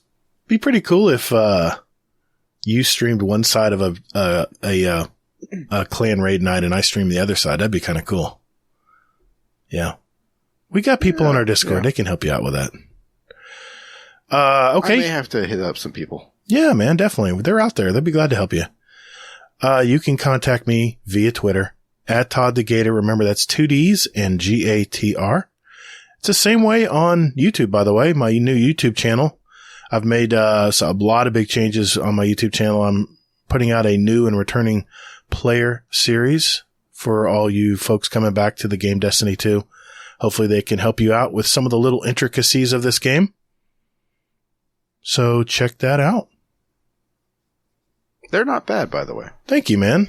I put a lot of heart in those, and I'm getting better little by little. I'm just taught myself how to video edit, so it helps that I've done some audio editing for a while, so it came fast to me. At least I think it did. Anyway, we also post our episodes of our podcast there, by the way. It's guardiandowncast.com. If you want to find out where to find our show, that is the website to check out. Everyone, remember to be safe out there, and more importantly, take care of one another. The weight of the world was on your shoulders, and still you triumphed. Marvelous. Thank you all so very much for listening. And later, Guardian. Get toddled. There it is.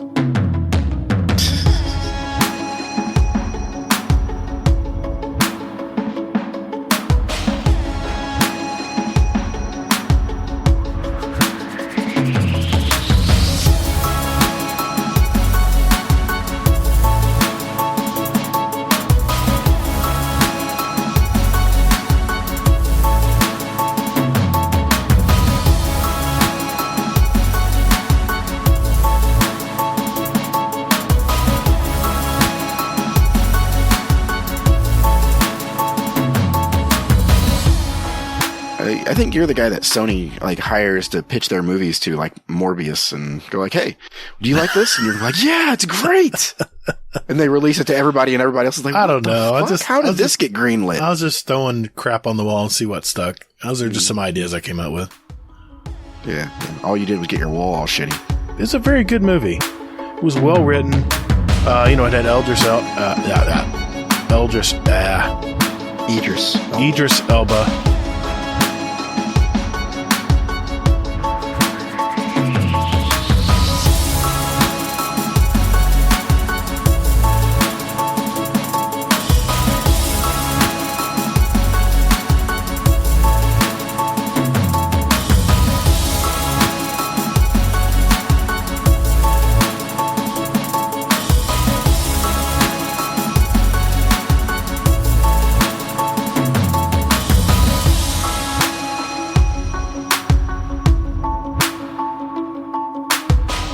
Just want to think out. Want to remember. I'm fading.